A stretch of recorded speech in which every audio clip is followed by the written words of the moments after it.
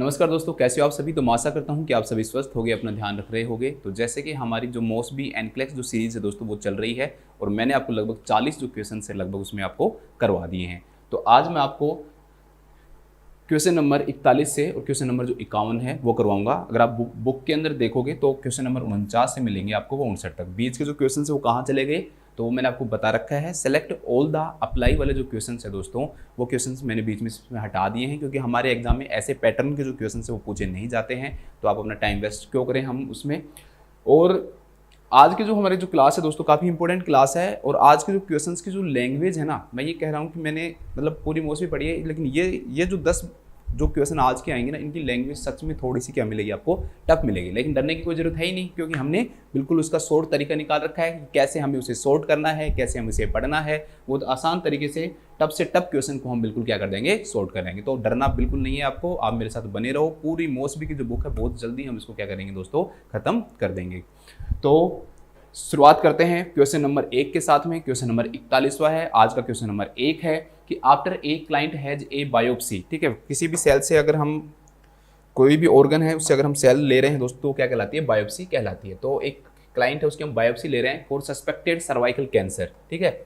Cervical जो cancer है दोस्तों उसको हमने सस्पेक्ट किया है कि उस क्लाइंट के अंदर क्या हो सकता है, सर्वाइकल कैंसर हो सकता है। तो जिसके लिए हम क्या ले रहे हैं, बायोप्सी ले रहे हैं। द लेबोरेटरी स्टेज रिपोर्ट, उसका रिजल्ट आता है लेबोरेटरी का जब रिजल्ट आया दोस्तों तो उससे पता चला कि उस क्लाइंट को क्या है दोस्तों, स्टेज 0 कैंसर है। स्टेज 0 कैंसर है, स्टेज 0 लीजन जो है दोस्तों वो कौन सी स्टेज के ऊपर है, स्टेज 0 के ऊपर है।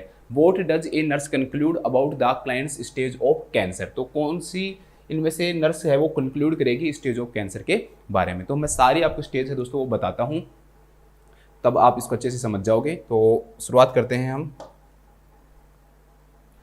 आजकल नया जो क्लासिफिकेशन आया है फिगो का, उसके अंदर स्टेज 0 नहीं दे रखी होती है, लेकिन इस क्वेश्चन में दे रखी है। तो वही क्लासिफिकेशन मैं आपको बताऊंगा। ये क्लासिफिकेशन में पढ़ लोगे तो काफ़ी है आपके लिए, ज़्यादा अंतर है नहीं वैसे। तो stages of C A cervix, C मतलब कैंसर ऑफ सर्विक्स। तो पहली है स्टेज 0, इसको हम कार्सिनोमा इन सीटू के नाम से जानते हैं। Carcinoma in situ, carcinoma in situ के नाम से जानते हैं। कार्सिनोमा इन सीटू का मतलब ये होता है दोस्तों कि जो कैंसरस जो सेल है ना वो इनर लाइनिंग ऑफ जो सर्विक्स है वहाँ तक ही क्या है दोस्तों, लिमिटेड है। या एबनॉर्मल जो सेल्स हैं वो कहाँ तक पाई जाती हैं, abnormal cells limited to, abnormal cells limited मतलब वहाँ तक ही सीमित रहती हैं, limited to inner lining of cervix. Cervix की जो इनर लाइनिंग है ना दोस्तों बस वहाँ तक ही सीमित है, उससे बाहर नहीं निकली। अभी अंदर की जो लाइनिंग है, जो सर्विक्स जिस स्ट्रक्चर से बनाया है, जो अंदर की जो लाइनिंग है वहाँ तक सीमित है, बाहर अभी तक नहीं आया। तो उसे हम किस नाम से जानते हैं दोस्तों, स्टेज 0 के नाम से जानते हैं। स्टेज जो फर्स्ट है दोस्तों, इसके अंदर स्ट्रोमल इन्वेजन हो जाता है। स्ट्रोमल इन्वेजन का मतलब क्या होता है कि कनेक्टिव टिश्यूज तक चला जाता है ये, लेकिन है सर्विक्स के अंदर ये भी। स्ट्रोमल इन्वेजन मतलब कि कनेक्टिव जो टिश्यूज हैं दोस्तों वो इन्वेड हो जाते हैं, लेकिन अभी भी ये लिमिटेड किस में रहता है, लिमिटेड टू सर्विक्स। सर्विक्स तक ही क्या रहता है दोस्तों, ये लिमिटेड रहता है। सर्विक्स तक ही, फिर भी सर्विक्स तक ही क्या रहता है, लिमिटेड रहता है। इसके बाद आती है दोस्तों स्टेज 2, फिर आता है स्टेज 3 और फिर आता है स्टेज 4। स्टेज जो 2 है दोस्तों, अब यहाँ पे ये सर्विक्स से बाहर निकलेगा और कहाँ तक पहुँच जाता है, यूट्रस तक पहुँच जाता है। ये कहाँ तक पहुँच जाता है दोस्तों, यूट्रस तक पहुँच जाता है। और स्टेज 3 के अंदर ही कहाँ तक पहुँच जाता है दोस्तों, शॉर्ट में बता रहा हूँ मैं, बिल्कुल आपको ज़्यादा डिटेल में नहीं बता रहा। ये वेजाइना तक पहुँच जाता है। कहाँ तक पहुँच जाता है, वेजाइना तक पहुँच जाता है। और स्टेज 4 के अंदर दोस्तों ये ब्लैडर एंड रेक्टम तक पहुँच जाता है। ब्लैडर एंड रेक्टम तक ये पहुँच जाता है, ठीक है। बस आप इतना से याद रखो, बहुत सिंपल है आपके लिए। पहला है कि अंदर की जो लाइनिंग है वहीं तक रहेगा, इसे हम कार्सिनोमा इन सीटू के नाम से जानते हैं। फर्स्ट के अंदर स्ट्रोमल इन्वेजन होगा, मतलब कि सर्विक्स तक लिमिटेड तो रहेगा, लेकिन जो कनेक्टिव टिश्यूज हैं वो क्या हो जाते हैं, इन्वेड हो जाते हैं। इसके बाद में स्टेज 2 है दोस्तों, वो यूट्रस के अंदर रहता है, यूट्रस तक पहुंच जाता है, फिर वेजाइना तक, और स्टेज 4 के अंदर ब्लैडर और जो रेक्टम है वहां तक भी पहुंच जाता है, ठीक है। अब मैं आपको बहुत इंपॉर्टेंट कुछ क्वेश्चंस मैंने आपको कुछ क्लास में बताए भी हैं, आज मैं बिल्कुल तरीके से आपके लिए लिख के लाया हूँ, और आपको एक पेज के अंदर इन सबको लिखो तो आपको बहुत आसानी से क्लियर हो जाएंगे और उसमें टाइम भी थोड़ा कम लगेगा लिखने से, और कोई चीज़ें भूलते भी नहीं है कि कौन सा क्वेश्चन रह गया। पहला क्वेश्चन दे रखा है दोस्तों, most common site of CA cervix. तो ट्रांसफॉर्मेशन जो जोन होता है वो मोस्ट कॉमन साइट होता है। ट्रांसफॉर्मेशन साइट, ट्रांसफॉर्मेशन जोन का मतलब क्या होता है दोस्तों? कल मैंने आपको एक चीज़ पढ़ाई थी कि एक्टो सर्विस और एंडो सर्विक्स है। तो एक्टो सर्विक्स और एंडो सर्विस जिस जगह पर मिलते हैं उसे हम किस नाम से जानते हैं दोस्तों? ट्रांसफॉर्मेशन जोन के नाम से जानते हैं। ये मोस्ट कॉमन साइट है। अब सीए सर्विक्स के भी कई सारे टाइप होते हैं, तो इसमें से जो स्क्वेमस सेल कार्सिनोमा है ये इसका मोस्ट कॉमन वेराइटी है, इसका मोस्ट कॉमन टाइप है। तो ये भी पूछ सकते हैं squamous cell carcinoma, squamous cell carcinoma, carcinoma. इसके बाद क्वेश्चन नंबर 3 आता है दोस्तों, मोस्ट कॉमन सिम्टम क्या होता है इसका? तो irregular vaginal bleeding, irregular vaginal bleeding most common. कल मैंने आपको 2 सिम्टम बताए थे, याद होगा आपको, एक वेजाइनल ब्लीडिंग बताया था और दूसरा मैंने आपको बताया था पोस्ट कोइटल ब्लीडिंग। तो ध्यान रखना, देखो इर्रेगुलर वेजाइनल ब्लीडिंग तो कई सारी कंडीशंस के अंदर पाई जाती है। ऐसी कितनी सारी डिजीजेज हैं दोस्तों जिनके अंदर क्या पाया जाता है? इर्रेगुलर वेजाइनल ब्लीडिंग पाया जाता है। लेकिन इसमें दे रखा है मोस्ट स्पेसिफिक। स्पेसिफिक का मतलब ये है कि ये तो मोस्ट कॉमन तो है, पाया तो जाता है, ये सबसे ज्यादा यही पाया जाता है, लेकिन मोस्ट स्पेसिफिक का मतलब क्या होता है? ये सिर्फ इसी के अंदर होता है और किसी के अंदर नहीं होता, तो उसे हम क्या बोलते हैं? मोस्ट स्पेसिफिक बोलते हैं। तो मोस्ट स्पेसिफिक सिम्टम पूछे तो आपका आएगा इसमें post coital bleeding, post coitus bleeding, मतलब सेक्सुअल इंटरकोर्स के बाद जो ब्लीडिंग होती है उसे हम किस नाम से जानते हैं? पोस्ट कोइटस ब्लीडिंग के नाम से जानते हैं। तो पोस्ट कोइटस जो ब्लीडिंग होती है दोस्तों वो इसका क्या होता है? मोस्ट स्पेसिफिक सिम्टम होता है, मोस्ट स्पेसिफिक सिम्टम इसका होता है। मोस्ट कॉमन एज ग्रुप, तो मैंने आपको पहले ही बताया था कि जो यंगर जो गर्ल्स हैं उनके अंदर सबसे ज्यादा देखने को ये मिलता है। तो यंगर एज ग्रुप या यंगर गर्ल्स।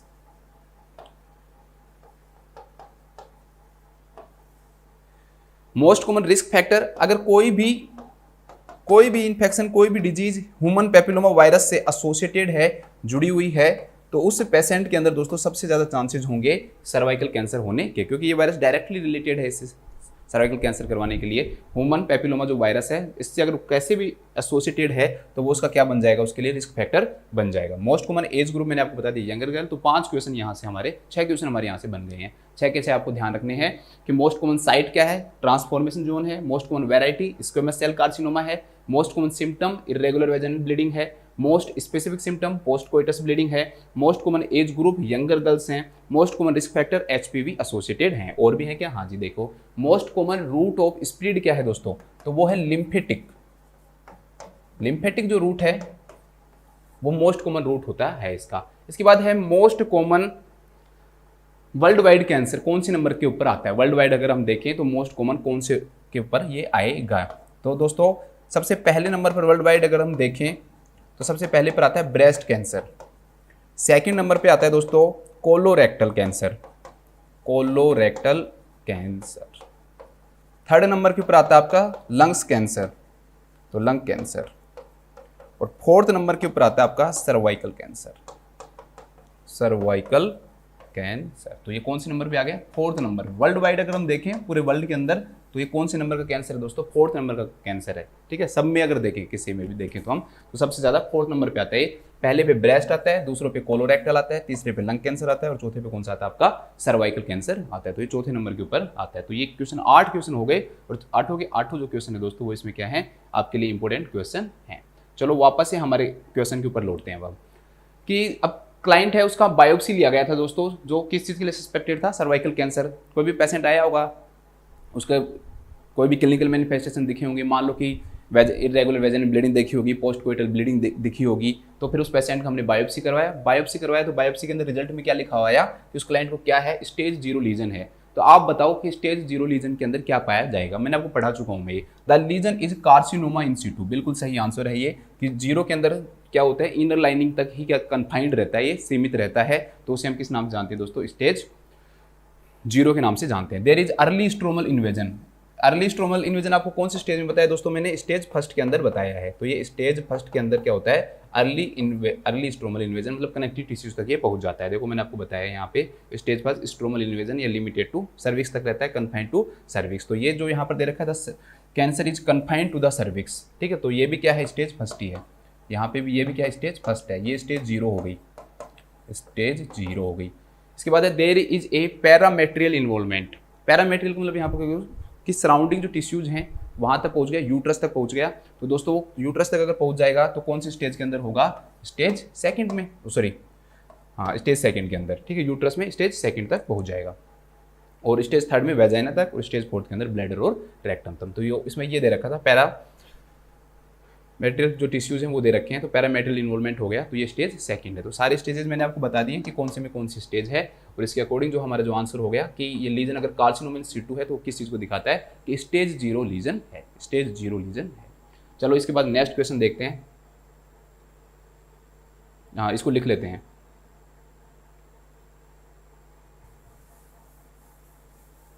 अब इसको शॉर्ट में लिख लो पूरे क्वेश्चन को।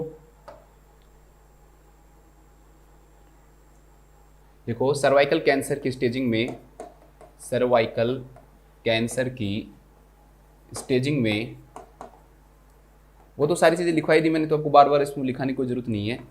अगर आप सारे वो लिखो तो मैं इस स्टेज 0 लिखाऊंगा बस। स्टेजिंग में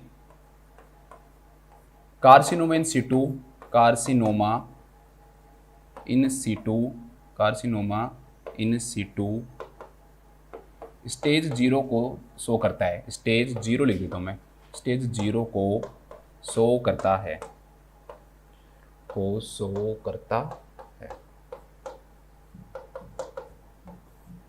ठीक है। इसके बाद हम देखते हैं नेक्स्ट क्वेश्चन। नेक्स्ट जो क्वेश्चन है दोस्तों हमारे सामने वो है क्वेश्चन नंबर 42, आज का question number 2। A nurse in the women's health clinic, सीधी बात हॉस्पिटल में। मैंने आपको पहले जो क्वेश्चन उसमें समझा रखा है, इतना ज़्यादा डिटेल दिमाग लगाने की जरूरत नहीं है। एनक्लेक्स तो माइंड खराब करने के लिए बैठा हुआ है, कभी कोई सी फर्टिलिटी क्लिनिक, कभी ये क्लिनिक, कभी वो क्लिनिक, तो सीधा अपने हॉस्पिटल माना करो सिंपल वे में। ये जो ऑब्टेनिंग एक क्लाइंट से हेल्थ हिस्ट्री, ठीक है, नर्स है हॉस्पिटल के अंदर, एक क्लाइंट की हेल्थ हिस्ट्री देख रही है। What question will elicit information about the client's risk for exposure to diethylstilbestrol, ठीक है, एक केमिकल है दोस्तों DES, डाईएथिलस्टिलबेस्ट्रोल, ठीक है। ये जो केमिकल है दोस्तों उसके कौन सा जो क्लाइंट है दोस्तों इसके रिस्क पे रहेगा, कौन सी ऐसी इंफॉर्मेशन है जो बताती है कि इस केमिकल के जो क्लाइंट है वो क्या रहेगा दोस्तों, रिस्क पे रहेगा, ठीक है। बहुत ही बकवास क्वेश्चन है लेकिन मैं आपको फिर भी बताऊंगा, हमारे एग्जाम के पॉइंट ऑफ व्यू से इतना ज़्यादा इंपॉर्टेंट ये है नहीं। एक्चुअली में ये जो ड्रग है DES, लेकिन आपको सारे क्वेश्चन आने चाहिए। मैं ये कह रहा हूँ कि आपको मोस्ट भी ऐसे आनी चाहिए कि बस कोई आपसे कुछ भी पूछे, ऐसे नहीं कि फिर ये क्वेश्चन पूछ लिया फिर आप ये कह दो सर ये तो ऐसा क्वेश्चन पूछ लिया, क्यों पूछा है, ये नहीं बताऊंगा और कोई पूछ लो, और पूरी मोस्ट भी आती है। ऐसा नहीं होना चाहिए। मैं आपको पढ़ा रहा हूँ तो आपको ऐसा होना चाहिए कि हाँ मुझे कोई क्वेश्चन पूछो, मुझे कोई प्रॉब्लम नहीं, कहीं से भी पूछो, ठीक है। तो डाईएथिलस्टिलबेस्ट्रोल जो होता है दोस्तों, ये जो केमिकल होता है, इस केमिकल को पहले यूज किया जाता था, लगभग 1971 तक इसको क्या किया जाता था दोस्तों, यूज किया जाता था। आजकल ये केमिकल क्या है दोस्तों, बैंड है। क्यों है बैंड, उसके बारे में बात करेंगे हम। तो ये बैंड इसलिए है दोस्तों, ये केमिकल एक्चुअली में ये केमिकल जो है सिंथेटिक एस्ट्रोजन था, मतलब कि बाहर से क्या बनाया जाता था, एस्ट्रोजन बनाया जाता था, सिंथेटिक एस्ट्रोजन था। और ये जो केमिकल है, इसे केमिकल को क्यों यूज किया जाता था कि जब मिस कैरीज के जो चांसेस हैं दोस्तों वो ज़्यादा होते थे, तो उसको ये क्या करता था, रिड्यूस करता था, डिक्रीज करता था चांसेज ऑफ मिस कैरेज। मतलब अबॉर्शन किसी भी फीमेल है वो, उसको अगर अबॉर्शन के चांसेस होते थे तो ये केमिकल उसको दिया जाता था। मिस कैरेज के चांसेस होते थे, अबॉर्शन के चांसेस होते थे, तो ये केमिकल उसको दिया जाता था। सिंपल सी बात है, एस्ट्रोजन ही था ये, लेकिन सिंथेटिक था, ठीक है। पहले यूज किया जाता था, आजकल बैंड है। क्यों बैंड है उसके बारे में बात करेंगे। क्यों यूज किया जाता था, मिस कैरेज को प्रिवेंट करने के लिए यूज किया जाता था। ये बैंड इसलिए था दोस्तों क्योंकि ये जो केमिकल था ना, ये कैंसर कोज करता था, न सिर्फ मदर में, मतलब जो ले रही है उसमें, बल्कि उसकी डॉटर के अंदर भी ये करता था, उसकी जो बेटी है ना उसके अंदर भी क्या करता था दोस्तों, ये कैंसर कोज करता था। इसलिए फिर इस केमिकल को क्या कर दिया गया, 1970 के बाद क्या कर दिया गया, इसको दोस्तों बैन कर दिया गया। लगभग 1949 से स्टार्ट किया था, कुछ सालों तक चला, फिर इसको बैन कर दिया गया। अब ये इसी के बारे में क्वेश्चन पूछ रहा है कि भाई कौन से जो क्लाइंट है, कौन सा ऐसा पेशेंट है दोस्तों जो डाईएथिलस्टिलबेस्ट्रोल जो है उसके रिस्क पे रहेगा। तो पहला जो ऑप्शन है वो बता रहे वर यू बोर्न बिफोर 1971, कि भाई तुम 1971 से पहले पैदा हुई थी।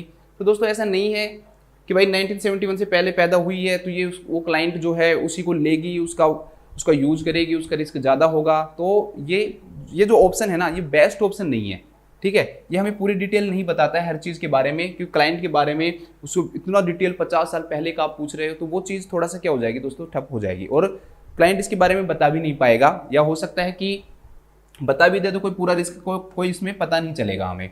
इसमें एक जो ऑप्शन है वो इससे बेटर ऑप्शन है, तो वो ही माना जाएगा। अभी मैं आपको समझाऊंगा क्यों। Have you ever taken oral contraceptives, क्या आप कभी ओरल कॉन्ट्रासेप्टिव्स ली है कि आपने? तो डाईएथिल स्टिलबेस्टिरोल और ओरल कॉन्ट्रासेप्टिव, इनका कोई भी रिलेशन नहीं है, इनका there is no any relation, यहाँ पर कोई रिलेशन नहीं पाया जाता इनके बीच में। जब इनके बीच में रिलेशन ही नहीं है तो क्या फायदा इसके बारे में पूछने का, तो कोई फायदा नहीं है। Have you noticed any lesions in your perineal area, तो दोस्तों जो भी क्लाइंट डाईएथिल स्टिलबेस्टिरोल का उसमें साइड इफेक्ट होता है तो उसके अंदर लीजन नहीं पाए जाते। ये बिल्कुल गलत दे रखा है कि भाई उसने लीजन के बारे में पूछा, लीजन तो पाए ही नहीं जाते हैं। उस क्लाइंट के अंदर एक्चुअली में पाया क्या जाता है, उस क्लाइंट के अंदर क्या तो वेजाइनल ब्लीडिंग पाई जाएगी, वेजाइनल ब्लीडिंग पाई जा सकती है, या फिर वेजाइनल डिस्चार्ज पाया जा सकता है, म्यूकस डिस्चार्ज, वेजाइनल म्यूकस या म्यूकोसल डिस्चार्ज, ये सिम्टम आते हैं। ठीक है, लीजन नहीं पाया जाता है तो ये कोई फायदे का नहीं है। अब ये बहुत इंपॉर्टेंट है, मैंने आपको अभी बताया है दोस्तों कि देखो जन्म लिया नहीं लिया 21 से पहले ये कोई इंपॉर्टेंट नहीं है। इंपॉर्टेंट ये है कि अभी हमें यहाँ पर सबसे ज़्यादा रिस्क किस चीज़ का है दोस्तों, कैंसर का रिस्क सबसे ज़्यादा है। हमें किस चीज़ का रिस्क ज़्यादा है, कैंसर का। तो जो हमने पढ़ा है कि भाई सबसे इंपॉर्टेंट चीज़ क्या है कि ये जो केमिकल जो है ना, जिसकी मदर लेती है उसकी डॉटर के अंदर भी चांसेस क्या होंगे दोस्तों, ज़्यादा होंगे। तो बस इसमें ये पूछा है कि आपको did your mother take hormones during her pregnancy, ठीक है, कि आपकी मदर ने क्या प्रेगनेंसी के दौरान हॉर्मोन्स लिए थे। अब उसकी मदर है वो पक्का 1970 से पहले की होगी, ठीक है। अब उसकी मदर अगर 1970 से पहले की होगी, उस टाइम जो हार्मोनल जो थेरेपी यूज की जाती थी दोस्तों, वो कौन सी यूज की जाती थी, वो ये यूज की जाती थी, डाईएथिल स्टिलबेस्टिरोल यूज की जाती थी। तो उसकी जो बेटी है जो यहाँ पर आई है हॉस्पिटल के अंदर, उसके अंदर जो इसके चांसेस हैं दोस्तों वो क्या हो जाएंगे, बढ़ जाएंगे। उसके जो चांसेस होते हैं वो क्या हो जाते हैं दोस्तों, बढ़ जाते हैं। इसलिए ये इसका क्या होगा, बेटर आंसर होगा। वैसे क्वेश्चन थोड़ा सा अजीब ही है ये, लेकिन आपको फिर भी ध्यान रखना है कि डाईएथिल स्टिलबेस्टिरोल जो लेता है उसके मदर के साथ साथ उसकी जो बेटी है उसके अंदर भी चांसेस ज़्यादा होते हैं। इसलिए बच्चे को हमेशा पूछना चाहिए कि उसकी माँ ने कभी ये दवाई ली तो नहीं है, तो या कोई हार्मोनल थेरेपी तो नहीं ली है, ठीक है। चलो लिख लो फिर भी इसको, मैंने जैसे कि आपको कहा है कि आपको कोई चीज़ छोड़नी नहीं है, बस देखो। अगर कोई मदर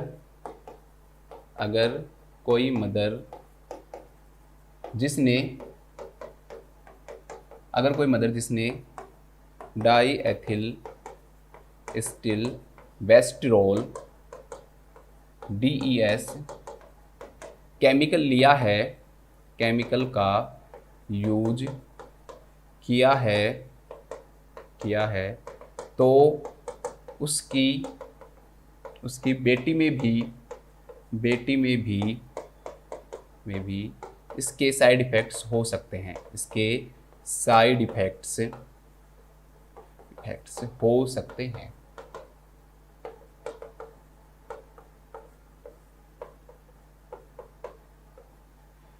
एक लाइन और लिख लो, पूरा ही क्वेश्चन ही लिखेंगे। इसलिए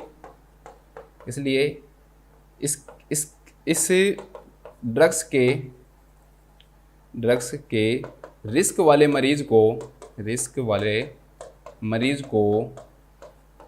मरीज को यह पूछना चाहिए कि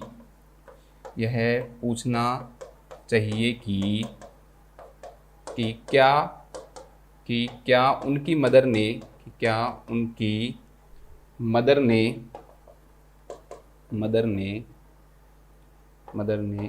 प्रेगनेंसी के दौरान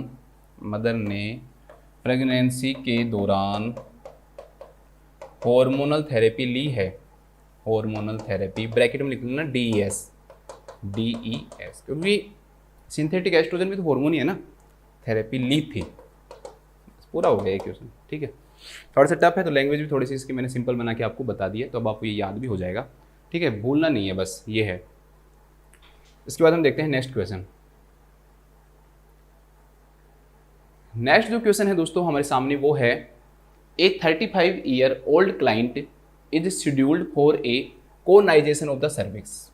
अब एक टर्म आया है यहाँ पे, कोनाइजेशन ऑफ सर्विक्स, पहले इसको समझते हैं। कोनाइजेशन ऑफ सर्विक्स, कोनाइजेशन एक प्रोसीजर है जिसके अंदर क्या करते हैं हम, कोन शेप, ठीक है, ऐसा शेप, ये है कोन शेप टिश्यूज लेते हैं, कहाँ से, सर्विक्स से। कॉन्सेप्ट जो टिश्यूज हैं दोस्तों उनको लेते हैं हम सर्विक्स से, और फिर उनका सर्विक्स से फिर उनका क्या किया जाता है, एग्जामिनेशन किया जाता है। बस उसकी शेप क्या रहती है टिश्यूज की दोस्तों, कौन शेप रहती है। इस कारण इस प्रोसीजर को हम किस नाम से जानते हैं, कोनाइजेशन ऑफ द सर्विक्स के नाम से जानते हैं। क्यों, to remove dysplastic cervical cells, मतलब कि अब दूसरा के डिस्प्लास्टिक सर्वाइकल सेल, तो ये डिस्प्लास्टिक का मतलब होता है एबनॉर्मल या प्री कैंसरस सेल बोलते हैं इनको, कि आगे जाके ऐसी सेल्स का कैंसर में बदलने के क्या होते हैं, चांसेस होते हैं। तो precancerous cells, precancerous abnormal cell, abnormal cells, क्योंकि इनकी स्ट्रक्चर्स एबनॉर्मल हो गई तभी तो डिस हो गए ना, डिस्प्लास्टिक, प्लास्टिक मतलब प्लेजिया से रिलेटेड है ये। तो एबनॉर्मल सेल्स हैं जो कि आगे जाके कैंसर में चेंज हो सकती हैं, तो उनको हम क्या करेंगे, एग्जामिन करेंगे ना। तो उनको हम यहाँ से क्या करें, रिमूव कर रहे हैं। And to determine the extent of involvement, ये डिटरमाइन करना चाह रहे हैं कि भाई ये कहाँ तक फैला हुआ है, इसलिए हम ये क्या कर रहे हैं दोस्तों, मतलब हम कोई भी कैंसर है उसका एक्सटेंशन देखना चाहते हैं कि भाई कौन से स्टेज के अंदर चला गया, तो उसकी सेल्स को तो देखेंगे ना, तो उसकी सेल से हमें इस चीज़ का पता लग जाएगा। तो सिंपल सी बात दोबारा सुनो, एक 35 साल के पेशेंट आया है, उसका क्या शेड्यूल किया गया है, उसका कोनाइजेशन ऑफ द सर्विक्स जो प्रोसीजर है वो किया गया है, ताकि हम यहाँ से सेल कॉन्सेप्ट सेल जो है रिमूव करें, ठीक है, सर्विक्स से। जो कि कौन सी सेल रिमूव करेंगे हम, डिस्प्लास्टिक सर्वाइकल जो सेल्स है वो रिमूव करेंगे। और जो टिश्यूज की जो शेप होगी वो कैसी होगी, कौन शेप होगी, क्यों करेंगे भाई, ये जानने के लिए कि कितना ज़्यादा फैल गया है, ये एक्सटेंड हो गया है। Next, what behaviour indicates to a nurse, इनमें से ऐसा कौन सा बिहेवियर है जो एक नर्स को ये इंडिकेट करता है that the client understand the post operative instruction, कि भाई ये जब प्रोसीजर हो जाएगा ना उसके बाद आप इंस्ट्रक्शन दे रहे हो और आपने उसको सारे इंस्ट्रक्शन दे दिए, अब आप क्लाइंट से कोई चीज़ पूछ रहे हो, आपको किस चीज़ से ऐसा पता लगेगा कि जो क्लाइंट है ना वो इस पोस्ट ऑपरेटिव जो इंस्ट्रक्शन है उनको समझ सका है। मतलब कि इसका मतलब ये है कि इसने पक्का 3 सेंटेंस गलत दे रखे होंगे और एक जो सेंटेंस है वो बिल्कुल क्या दे रखा होगा, सही दे रखा होगा। अब हमें वो सही सेंटेंस जानना है, तभी तो पेशेंट, मान लो पेशेंट सही चीज़ बताएगा तभी तो हम जानेंगे कि वो चीज़ जो हमने उसको बताई है वो सही समझ सका है।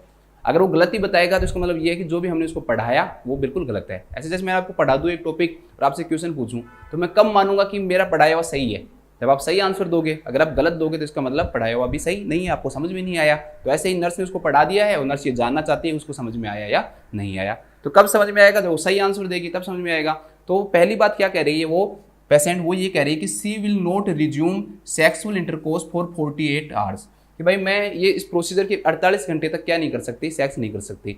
तो ये बात वो बिल्कुल गलत कह रही है दोस्तों। क्या कह रही है, गलत कह रही है। सिर्फ 48 घंटे तक नहीं, एक्चुअली में 3 दिन तक तो इसमें क्या करते हैं, पैकिंग करते हैं दोस्तों। वेजाइनल क्या की जाती है, पैकिंग की जाती है, उसको पैक कर देते हैं ताकि जब सीक्रेशंस की जो अमाउंट हो थोड़ी सी क्या हो जाए, कम हो जाए और जो सीक्रेशंस है वो क्या हो जाए, वहाँ पे एब्जॉर्ब हो जाए। तो इसलिए कुछ समय तक तो क्या की जा रही है, पैकिंग की जा रही है। और कुछ वीक तक, सेवरल वीक्स, मतलब कई वीक तक, सेवरल वीक्स तक क्या होता है दोस्तों, सेक्सुअल इंटरकोर्स को क्या किया जाता है, यहाँ पे स्टॉप किया जाता है, रोका जाता है। उसको कहा जाता है कि आपको कुछ वीक तक क्या नहीं करना, सेक्स नहीं करना। और वो सिर्फ दिन समझ रही है कि 48 घंटे ही, तो ये तो बिल्कुल गलत कह दिया ना। आपको उसको बताना है कि आपको सेवरल वीक्स तक सेक्सुअल इंटरकोर्स नहीं करना, तो ये गलत हो गया। नेक्स्ट है verbalise expectations of a vaginal discharge for 3 to 5 days, इसको बाद में बताऊंगा। Demonstrate the ability to change style surgical dressing, मतलब आपने उसको समझाया कि भाई इस प्रकार से ड्रेसिंग को चेंज करना है और वो इस चीज़ को समझ गई। तो एक एक्चुअली में दोस्तों ये एक इंटरनल प्रोसीजर है, कोई एक्सटर्नल प्रोसीजर है नहीं कि इसमें ड्रेसिंग की जरूरत पड़ेगी कि बाहर से यहाँ पर मान लो आपको कट लग गया और आपको डेली यहाँ पर क्या करवानी है, ड्रेसिंग करवानी है, तब आप उस चीज़ को सीख गए। लेकिन यहाँ पर जो ड्रेसिंग है वो होती ही नहीं है क्योंकि इंटरनल प्रोसीजर है। तो यहाँ पर सर्जिकल जो ड्रेसिंग है उसको डेमोन्स्ट्रेट करने का फायदा क्या है, अगर आपको वो बता भी रही कि ऐसे ड्रेसिंग करूँगी, तो ड्रेसिंग इसमें की ही नहीं जाती है। एक इंटरनल प्रोसीजर है, ये अंदर से हम टिश्यूज को ले रहे हैं, तो बाहर से कोई सर्जिकल ड्रेसिंग करने की इसमें कोई ज़रूरत है नहीं। इसके बाद वो क्या कर रही है, वो ये मान रही है, अफर्म्स कर रही है कि बिकॉज सी है चिल्ड्रन, कि मेरे बच्चे हैं और मुझे ये कोई फर्क नहीं पड़ेगा कि मैं स्ट्राइल हो गई हूँ।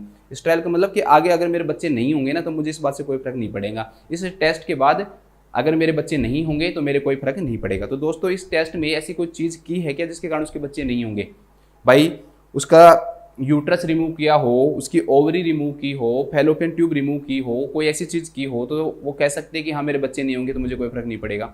तो वो तो गलत कह रही है। भाई उसके तो बच्चे हो सकते हैं, उसके तो बच्चे हो सकते हैं। क्यों? क्योंकि स्टेरिलिटी पर इससे कोई फर्क नहीं पड़ेगा इस प्रोसीजर से। वो फर्टाइल है तो फर्टाइल ही रहेगी, ठीक है। तो ये वो बात भी क्या कह रही है, वो गलत कह रही है। तो सही बात जो है वो क्या कह रही है, वो सही बात वो ये है कि दोस्तों कि कुछ दिनों तक क्या होता है कि इस प्रोसीजर के अंदर 3 से और 5 दिनों तक प्रोसीजर होने के बाद में थोड़ा थोड़ा क्या होता रहता है दोस्तों, डिस्चार्ज होता रहता है। सर्विक्स से डिस्चार्ज बाहर की तरफ आता है और जो वेजाइनल जो डिस्चार्ज है वो पाया जाता है। वेजाइनल फिर बाहर आएगा तो उसे वेजाइनल डिस्चार्ज कह दिया। तो क्योंकि जहाँ से हमने टिश्यूज लिए हैं वहाँ से कुछ सीक्रेशंस होने लग जाते हैं, तो उसको हम बताते हैं कि भाई आपको 3 से 5 दिन तक कुछ सीक्रेशंस होंगे, तो आपको इसका क्या करना है दोस्तों, अपना केयर करना है। तो ये चीज़ उसकी क्या करती है दोस्तों, वो अपनी केयर करती है, उसको ये चीज़ बताता है। उसने यही बात वापस बता दी, हमें यही बात उसने बता दी, तो बिल्कुल सही बात है। तो ये वाली बात उसने सही कही है, बाकी की तीनों बात क्या कही है, गलत कही है। तीनों क्वेश्चन के आंसर गलत हैं, तो वो नहीं समझी इन बात को मतलब, और ये बात उसने सही कही है तो वो इस चीज़ को समझ गई। तो इस क्वेश्चन का जो आंसर हो जाएगा दैट विल बी सेकेंड। इसके बाद हम देखते हैं नेक्स्ट क्वेश्चन, लेकिन उससे पहले इसको लिख लेते हैं।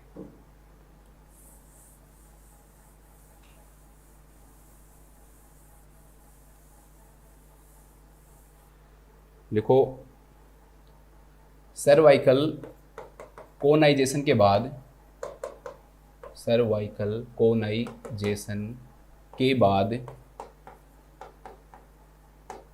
3 से 5 दिन तक वेजाइनल डिस्चार्ज होना नॉर्मल है, वेजाइनल डिस्चार्ज होना एक्सपेक्टेड है, होना एक्सपेक्टेड है। मतलब ये आप खुद भी अनुमान लगाओगे ऐसा ही होगा, एक्सपेक्टेड होता है। बस खत्म, एक लाइन में हो जाएगा ये तो। इसके बाद देखते हैं दोस्तों नेक्स्ट क्वेश्चन। एक client with cancer of the cervix, एक क्लाइंट है सीए सर्विक्स का, आपके पास पेशेंट आता है दोस्तों, एक क्लाइंट है कैंसर ऑफ द सर्विक्स का, एक सेकेंड,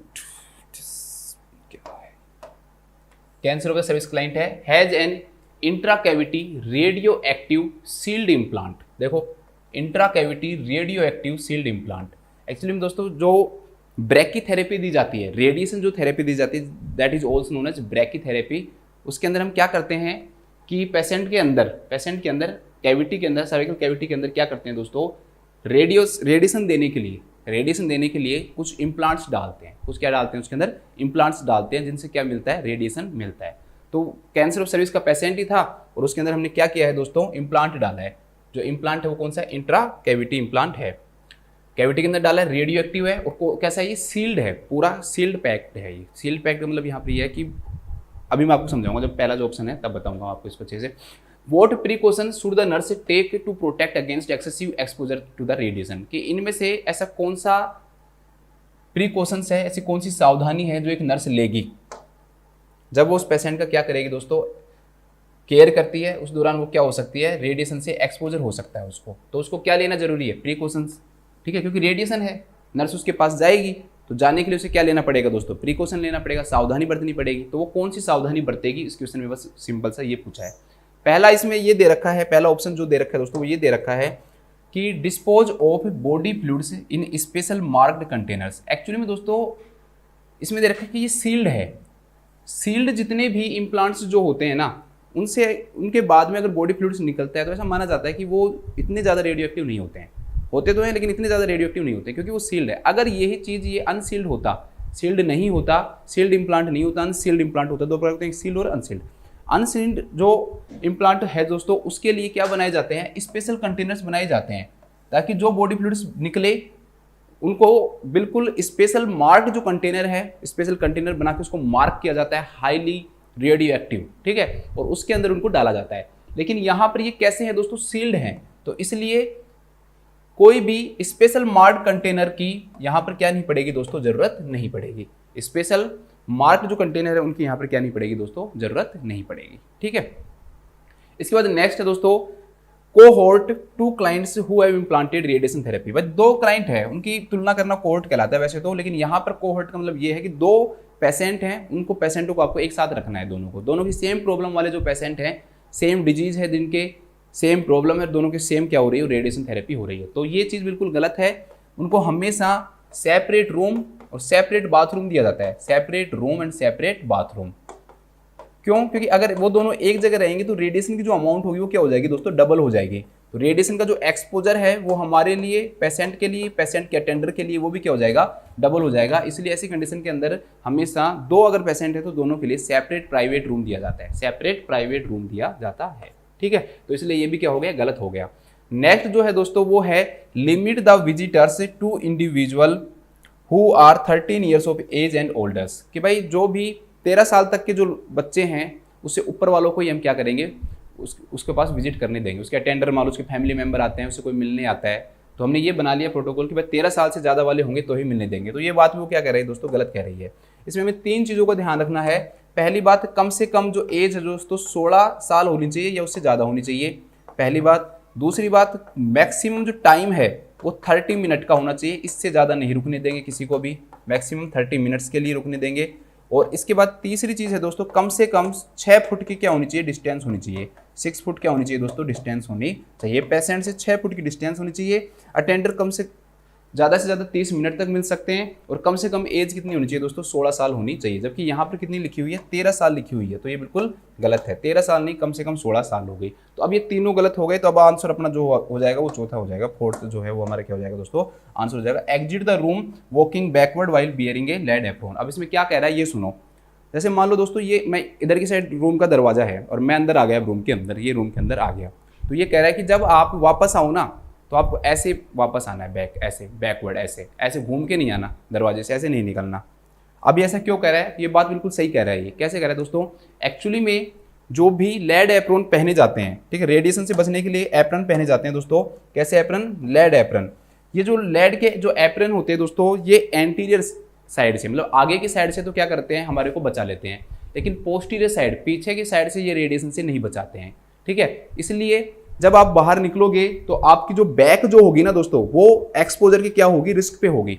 तो इसलिए हम क्या करेंगे, हम निकलेंगे भी ऐसे ही, जैसे हम एंटर कर रहे हैं उसी वे में हमें क्या करना होगा, निकलना होगा, ताकि जो एक्सपोजर जो है दोस्तों, वो एक्सपोजर क्या हमारी जो बैक है वहां तक नहीं जाए। क्यों, आगे तो हमने एप्रन पहन रखा है, पीछे जो एप्रन है वो प्रोटेक्ट कर नहीं रहा है। अगर हम ऐसे निकलेंगे तो इसको हमारा रेडिएशन का जो एक्सपोजर जो इस जगह पे हो जाएगा। इसलिए निकलते टाइम हमें कैसे निकलना है, बैकवर्ड। अब आपको सिर्फ विजिटर्स के लिए भी सबके लिए सेम रूल रहेगा ये, ठीक है। तो इस क्वेश्चन का आंसर हो जाएगा, दैट विल बी थर्ड। इसके बाद हम देखते हैं नेक्स्ट क्वेश्चन। इसको एक बार लिखवा देता हूं, फिर नेक्स्ट क्वेश्चन देखें।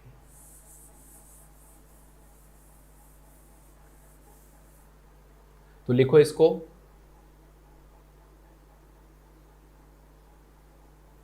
लिखो, सिंपल सी भाषा में लिखवा देता हूं। लिखो रेडियो एक्टिव सील्ड इम्प्लांट वाले पेशेंट की केयर देने के दौरान नर्स को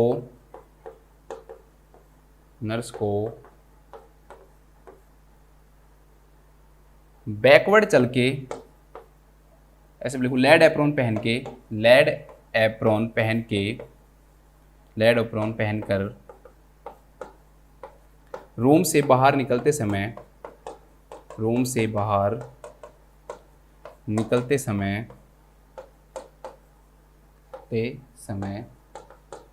बैकवर्ड चलना चाहिए,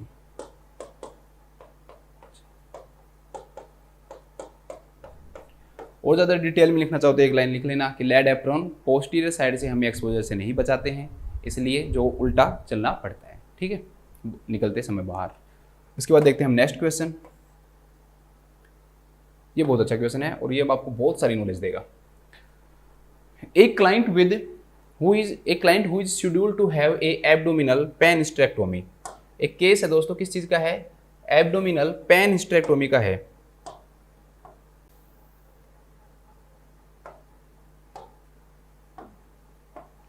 एब्डोमिनल पेनिस्टेक्टोमी, चलो इस पे बाद में आते हैं, पहले कुछ चीजें को हम यहाँ पे समझते हैं। पेनिस्टेक्टोमी या टोटल हिस्टेक्टोमी। टोटल हिस्टेक्टोमी के अंदर क्या क्या चीजें रिमूव की जाती है दोस्तों, ध्यान रखना। टोटल हिस्टेक्टोमी के अंदर जो यूट्रस है उसको रिमूव किया जाता है, यूट्रस को रिमूव किया जाता है, इसके अलावा सर्विक्स को रिमूव किया जाता है, सर्विक्स, इन दोनों को रिमूव किया जाएगा, यूट्रस और सर्विक्स को। कुछ बुक्स में इसे लिखा देते हैं, लेकिन ध्यान रखना कि कुछ केसेस ऐसे होते हैं जिसमें फैलोपियन ट्यूब एंड ओवरी को रिमूव भी कर दिया जाता है और नहीं भी किया जाता है। तो ये डिपेंड करता है, दो चीज़ें तो रिमूव करें ही करेंगे, एक यूट्रस करेंगे और एक सर्विक्स करेंगे। साथ में दोस्तों फैलोपियन ट्यूब या ओवरी है उसको आप रिमूव कर भी सकते हो, और अगर नहीं करना चाहो तो चाहे मत भी करो। तो उसे हम किस नाम से जानेंगे दोस्तों? इसे हम टोटल हिस्टेरेक्टोमी के नाम से जानेंगे। एक है पार्शियल हिस्टेरेक्टोमी। तो पार्शियल हिस्टेरेक्टोमी में हम सिर्फ और सिर्फ यूट्रस करते हैं, सर्विक्स को नहीं करते, ठीक है। सिर्फ और सिर्फ किसको करते हैं? यूट्रस को करते हैं। और रेडिकल हिस्टेरेक्टोमी में दोस्तों हम यूट्रस को भी करते हैं, साथ में हम किसको करते हैं? सर्विक्स को भी करते हैं, साथ में हम वेजाइना को भी करते हैं, और साथ में हम 2/3 ऑफ वेजाइना और साथ में लिम्फ नोड, वेजाइना और लिम्फ नोड को भी करते हैं, ठीक है। तो इन चार चीज़ों को करते हैं, यूट्रस को, सर्विक्स को, वेजाइना को और लिम्फ नोड्स को। इन चार चीज़ों को किस में करते हैं दोस्तों? हम रेडिकल हिस्टेरेक्टोमी में करते हैं। टोटल हिस्टेरेक्टोमी को यूट्रस को भी करते हैं, सर्विक्स को भी करते हैं, फैलोपियन ट्यूब और ओवरी को करते भी हैं। ऐसे अगर आए तो आप मानोगे इसको कि हाँ करते हैं, लेकिन कुछ कैसे ऐसे होते हैं जिसमें नहीं भी करते, इसलिए मैंने प्लस माइनस लिखा है। और पार्शियल जिसे हम सुप्रा सर्वाइकल के नाम से जानते हैं, तो पार्शियल हो गया तो सिर्फ और सिर्फ इसमें क्या रिमूव करते हैं दोस्तों? यूट्रस रिमूव करते हैं। अब इसके जो टेक्निक्स हैं या मेथड्स हैं वो कैसे कैसे कर सकते हैं? तो पहला है दोस्तों TAH, total abdominal hysterectomy. Total abdominal hysterectomy मतलब ओपन करके, एब्डोमन को ओपन करके। एब्डोमन में हम इंसिजन बनाएंगे और एब्डोमन में कट लगाएंगे, और कट लगा के हम क्या करेंगे दोस्तों? यूट्रस को बाहर निकालेंगे। तो इसे किस नाम से जाना जाता है? टोटल एब्डोमिनल हिस्टेरेक्टोमी के नाम से जाना जाता है। एब्डोमेन को ओपन करके फिर हम इंसिजन बना के और फिर हम यूट्रस को कट करते हैं, रिमूव करते हैं, तो उसे किस नाम जाना जाता है? टोटल एब्डोमिनल हिस्टेरेक्टोमी के नाम से जाना जाता है। फिर इसके बाद वेजाइना। वेजाइना के अंदर डायरेक्टली वेजाइना से करते हैं। वेजाइना से अगर हम करते हैं दोस्तों तो इसे हम किस नाम से जानते हैं? वेजाइनल हिस्टेरेक्टोमी के नाम से करते हैं, जानते हैं, ठीक है। कट नहीं लगाया जाएगा एब्डोमेन पे, वेजाइना के थ्रू अगर इसको रिमूव किया जाता है तो इसे किस नाम जाना जाता है? वेजाइनल हिस्टेरेक्टोमी के नाम से जाना जाता है। एक होता है दोस्तों LAVH, तो इसको हम बोलते हैं लेप्रोस्कोपिक असिस्टेड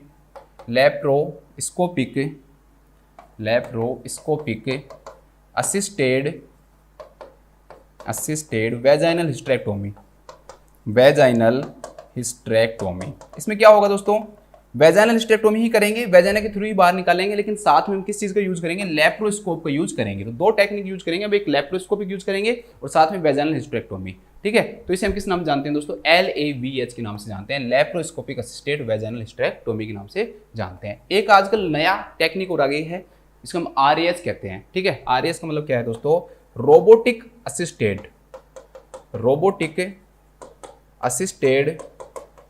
हिस्टेरेक्टोमी, रोबोट्स की सहायता से, ठीक है। रोबोटिक जो टेक्निक है दोस्तों उसकी सहायता से क्या करते हैं? हिस्टेरेक्टोमी करते हैं। तो इसे हम किस नाम से जानते हैं दोस्तों? रोबोटिक असिस्टेड हिस्टेरेक्टोमी के नाम से हम इसे जानते हैं, ठीक है। तो आप इनको सबको आपको याद रखना है, थोड़ा थोड़ा सा देख लेना एक बार।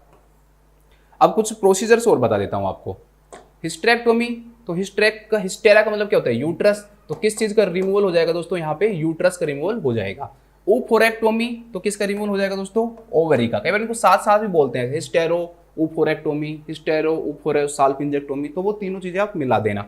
साल्पिंजो का मतलब क्या हो गया दोस्तों? फैलोपियन ट्यूब का रिमूवल। सर्विसेक्टोमी क्या होगा दोस्तों? सर्विक्स का रिमूवल। सर्विसेक्टोमी क्या होगा दोस्तों? सर्विक्स का रिमूवल होगा। ट्रैकिलेक्टोमी में दोनों आते हैं दोस्तों, सर्विक्स भी आता है साथ में वेजाइना भी आता है, सर्विक्स प्लस वेजाइना, तो इसे हम क्या बोलेंगे? ट्रैकिलेक्टोमी बोलेंगे। क्लाइटोरिडेक्टोमी, तो क्लाइटोरिस का रिमूवल, किसका? क्लाइटोरिस का रिमूवल क्लाइटोरिडेक्टोमी कहलाता है। इसके बाद है कोलपेक्टोमी। कोलपेक्टोमी मतलब सिर्फ और सिर्फ वेजाइनल जो कैनाल है उसका रिमूवल, वेजाइनल कैनाल का जो रिमूवल है वो दोस्तों कोलपेक्ट। और वल्वेक्टोमी दोस्तों एक्सटर्नल जो जेनेटल ऑर्गन है उनका रिमूवल, एक्सटर्नल जेनेटेलिया का, एक्सटर्नल जेनाइटेलिया। तो एक्सटर्नल जेनेटेलिया है दोस्तों, उनका रिमूवल क्या कहलाता है? वल्वेक्टोमी कहलाता है। तो कई सारे बता दिए मैंने आपको, बहुत सारे जो प्रोसीजर है वो हमने देखे हैं इसमें, तभी कह रहा था अच्छा क्वेश्चन है। क्वेश्चन से अच्छा नहीं हो, लेकिन इसके जो साथ की जो नॉलेज है ना वो बहुत अच्छी है। How the surgery will affect her periods. अब ये पूछ रहा है कि किसी भी पेशेंट को दोस्तों एब्डोमिनल पेन स्टेक्टोमी आपने उसका किया है, तो आप इसको मानो कि टोटल स्टेक्टोमी आप जब आपने किया है, यहाँ ये है, तो आपने उसका कंफर्म क्या निकाला है, यूट्रस और सर्विक्स तो निकाला है आपने, साथ में मान लो फैलोपियन ट्यूब और जो ओवरी है वो भी निकाल ली। 1 मिनट के लिए आप मान लो, ठीक है। और नहीं भी मानोगे तो भी इस क्वेश्चन का आंसर चेंज नहीं होगा। कैसे, मैं बताता हूँ। तो पीरियड्स पर क्या फर्क पड़ेगा, पीरियड्स के ऊपर क्या फर्क पड़ेगा,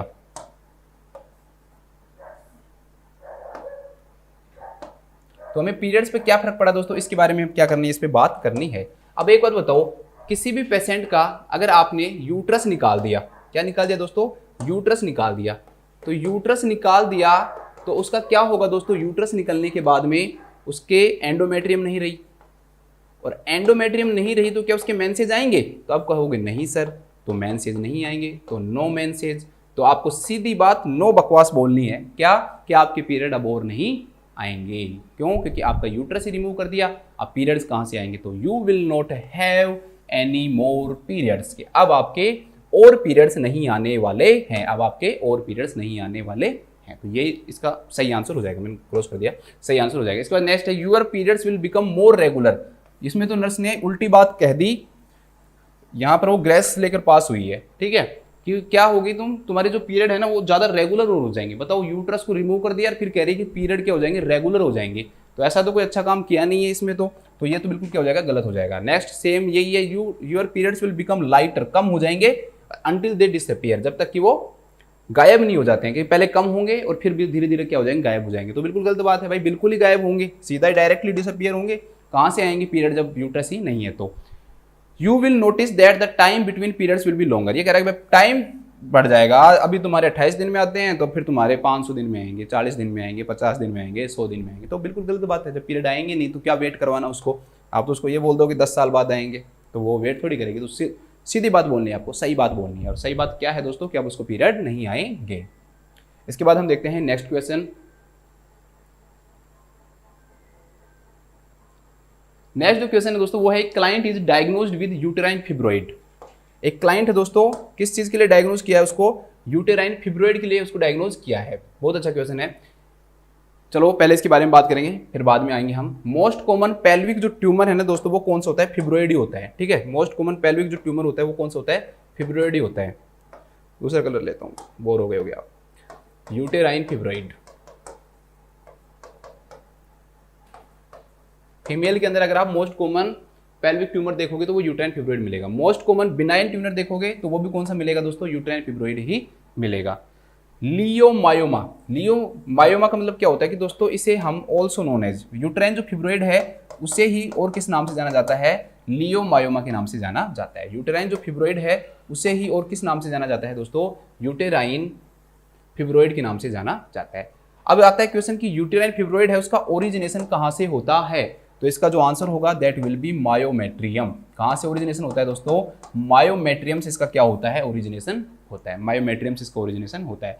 मोस्ट कॉमनली फाउंड इन, कि ये मेनली किसके अंदर पाया जाता है दोस्तों, तो मेनली ये जो ओबेज फीमेल्स है ना उनके अंदर ज़्यादा पाया जाता है। ओबेज फीमेल्स जो होती हैं दोस्तों उनके अंदर इसके चांसेस क्या होते हैं, ज़्यादा होते हैं। ओबेज फीमेल्स के अंदर इसके चांसेस क्या होते हैं, ज़्यादा होते हैं। इसके बाद इसके प्रोटेक्टिव क्या क्या है, क्या क्या चीज़ें ऐसी होती हैं जिसके कारण ये नहीं होता, कौन कौन सी ऐसी चीज़ें हैं जिसके कारण यूटेराइन फिब्रोइड नहीं होता। और आपको जानकर बहुत अचंभा होगा और आप कहोगे कि ये क्या कह दिया सर ने, स्मोकिंग। स्मोकिंग जो करते हैं ना उसके अंदर इनके होने के जो चांसेस हैं दोस्तों वो क्या होते हैं, कम होते हैं। क्या होते हैं दोस्तों, कम होते हैं। क्यों कम होते हैं, क्योंकि इसके अंदर स्मोकिंग करने वाले जो पर्सन होते हैं उनके अंदर जो एरोमेटेज जो एंजाइम है जिसके द्वारा एस्ट्रोजन का क्या होता है दोस्तों, फॉर्मेशन होता है, वो जो एंजाइम है दोस्तों वो क्या हो जाता है, कम हो जाता है। तो वो एंजाइम अगर कम हो गया, डिक्रीज एरोमेटेज एंजाइम, एरोमेटेज एंजाइम अगर कम हो गया तो जो एंड्रोजन्स हैं उनसे क्या नहीं बनेगा दोस्तों, एस्ट्रोजन नहीं बनेगा। और यहाँ पर एस्ट्रोजन की अमाउंट ज़्यादा होने के कारण, एस्ट्रोजन की अमाउंट ओबेज फीमेल में भी क्या होती है, ज़्यादा होती है। एस्ट्रोजन की ज़्यादा अमाउंट होने के कारण यूटेराइन फिब्रोइड होता है। एस्ट्रोजन की अमाउंट ज़्यादा होने के कारण ही यूटेराइन फिब्रोइड होता है। तो स्मोकिंग क्या काम करती है दोस्तों, स्मोकिंग एरोमेटेज को कम कर देती है जिसके कारण क्या होगा, एस्ट्रोजन भी क्या हो जाएगा दोस्तों, कम हो जाएगा। ठीक है। इसके अलावा जो फीमेल्स मल्टीपैरा हैं उनके अंदर भी चांसेस थोड़े से कम होते हैं, या जो प्रेग्नेंट हैं उनके अंदर भी कम होते हैं, ब्रेस्ट फीडिंग करने वालों में भी कम होते हैं। ब्रेस्ट फीडिंग जो करवाती हैं अपने बच्चे को उनके अंदर भी क्या पाया जाता है, ये कम पाया जाता है। तो इसको थोड़ा सा याद रख लेना, सब चीज़ों में इसके नुकसान ही नुकसान है। पहली बार आपने कोई फायदा देखा होगा कि हाँ चलो कुछ तो फायदा मिला। इसके बाद हम देखते हैं इस क्वेश्चन को। एक client is diagnosed with uterine fibroids and the health care provider advise hysterectomy. ठीक है, हिस्टेरेक्टोमी किया गया है। यहाँ पर सिर्फ हिस्टेरेक्टोमी है तो सिर्फ क्या मानेंगे, यूट्रस मानेंगे। हिस्टेरेक्टोमी अगर कहा है तो सिर्फ यूट्रस मानेंगे और बाकी कुछ नहीं मानेंगे, क्योंकि उसने टाइप नहीं दिया कुछ भी हमें। The client expresses concern about having hysterectomy at age 45। वो कह रहे कि मुझे इस चीज़ की क्या हो रही है, चिंता हो रही है कि 45 साल की उम्र के ऊपर हिस्टेरेक्टोमी करवाने से। She has heard from friends, मैं अपने दोस्तों से ये सुन चुकी हूँ कि that she will undergo severe symptoms of menopause, कि मेरे अंदर मीनोपोज के सीवियर सिम्टम्स आएंगे। ठीक है, मेरे पास मीनोपोज के क्या आएंगे दोस्तों, सीवियर सिम्टम्स आएंगे। What is the nurse most appropriate response, कि नर्स का मोस्ट एप्रोप्रिएट जो रेस्पॉन्स है वो क्या होगा। सिंपल सी बात है, एक फीमेल है, यूट्राइन फिब्रोइड है, उसको कहा गया कि आपको हिस्टेरेक्टोमी किया जाएगा, तो वो कह रही है कि मेरी एज 45 साल है और मैंने अपने दोस्तों से ये सुना है कि इस सर्जरी के बाद जो मीनोपोज की जो सीवियर सिम्टम्स हैं वो क्या देते हैं दोस्तों, दिखाई देते हैं। तो वो ये बात कह रही है। तो चलो बात करते हैं इस क्वेश्चन की। वो कह रहे हैं कि you are correct but there are medicine you can take that will ease the symptoms. कि आप सही कह रहे हो, but there are medications you can take that will ease the symptoms. भाई जब हिस्टेरेक्टोमी कर ही दिया, जब हिस्टेरेक्टोमी मान लो दोस्तों कर ही दिया, तो उसको जो सिम्टम्स हैं वो तो आएंगे।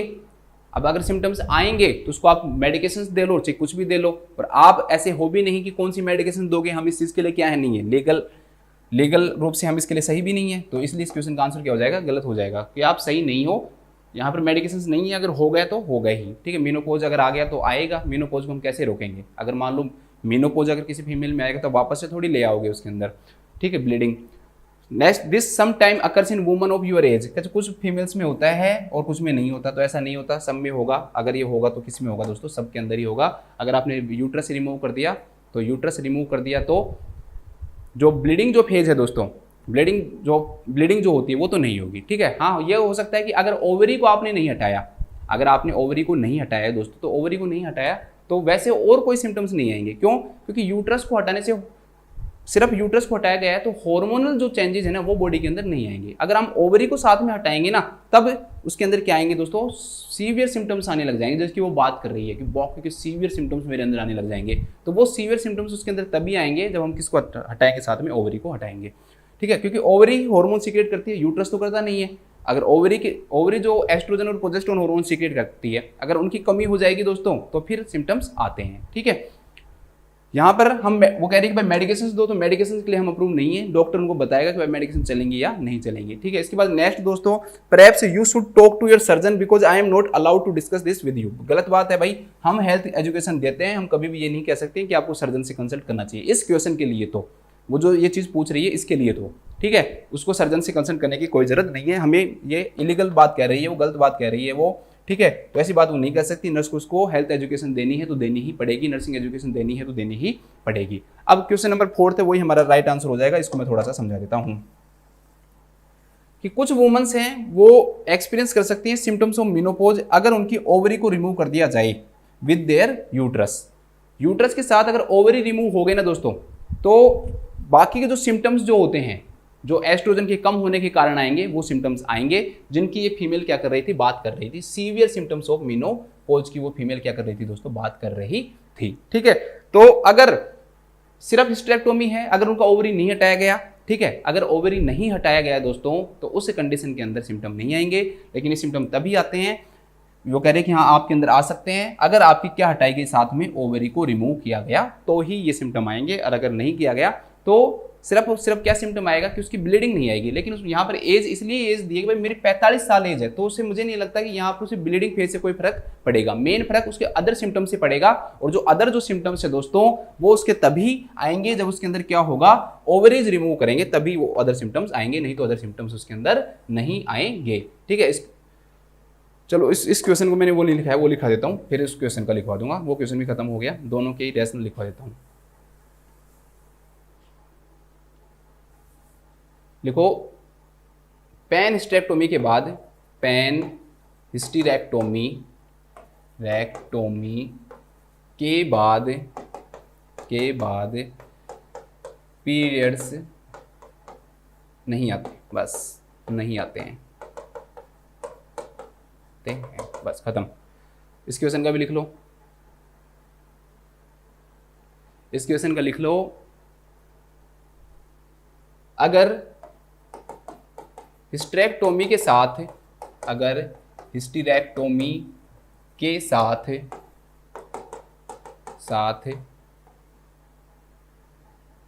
ओवरी को रिमूव कर दिया जाता है, ओवरी को, भाई इसमें मीनोपोज के सिम्टम्स कह रहे हैं, सीवियर सिम्टम्स ऑफ मीनोपोज। अब मीनोपोज में कौन से सिम्टम्स आते हैं? मीनोपोज में यही तो सिम्टम्स आते हैं ना भाई, हार्मोन का लेवल भी तो क्या हो जाता है, कम हो जाता है ना। तो अगर हिस्टेरेक्टोमी के साथ ओवरी को भी रिमूव कर दिया जाए, ओवरी को भी रिमूव कर दिया जाए तो फीमेल को मीनोपोज के सीवियर सिम्टम्स आ सकते हैं, मीनोपोज के सीवियर सिम्टम्स आ सकते हैं। अब आप इसमें ये क्वेश्चन एक क्वेश्चन हो रहेगा इसी से रिलेटेड कि भाई हार्मोनल थेरेपी के लिए क्या कहोगे आप? तो उसमें मैं आपको आगे बताऊंगा कि हार्मोनल थेरेपी आज भी क्या है, कंट्रोवर्शियल है।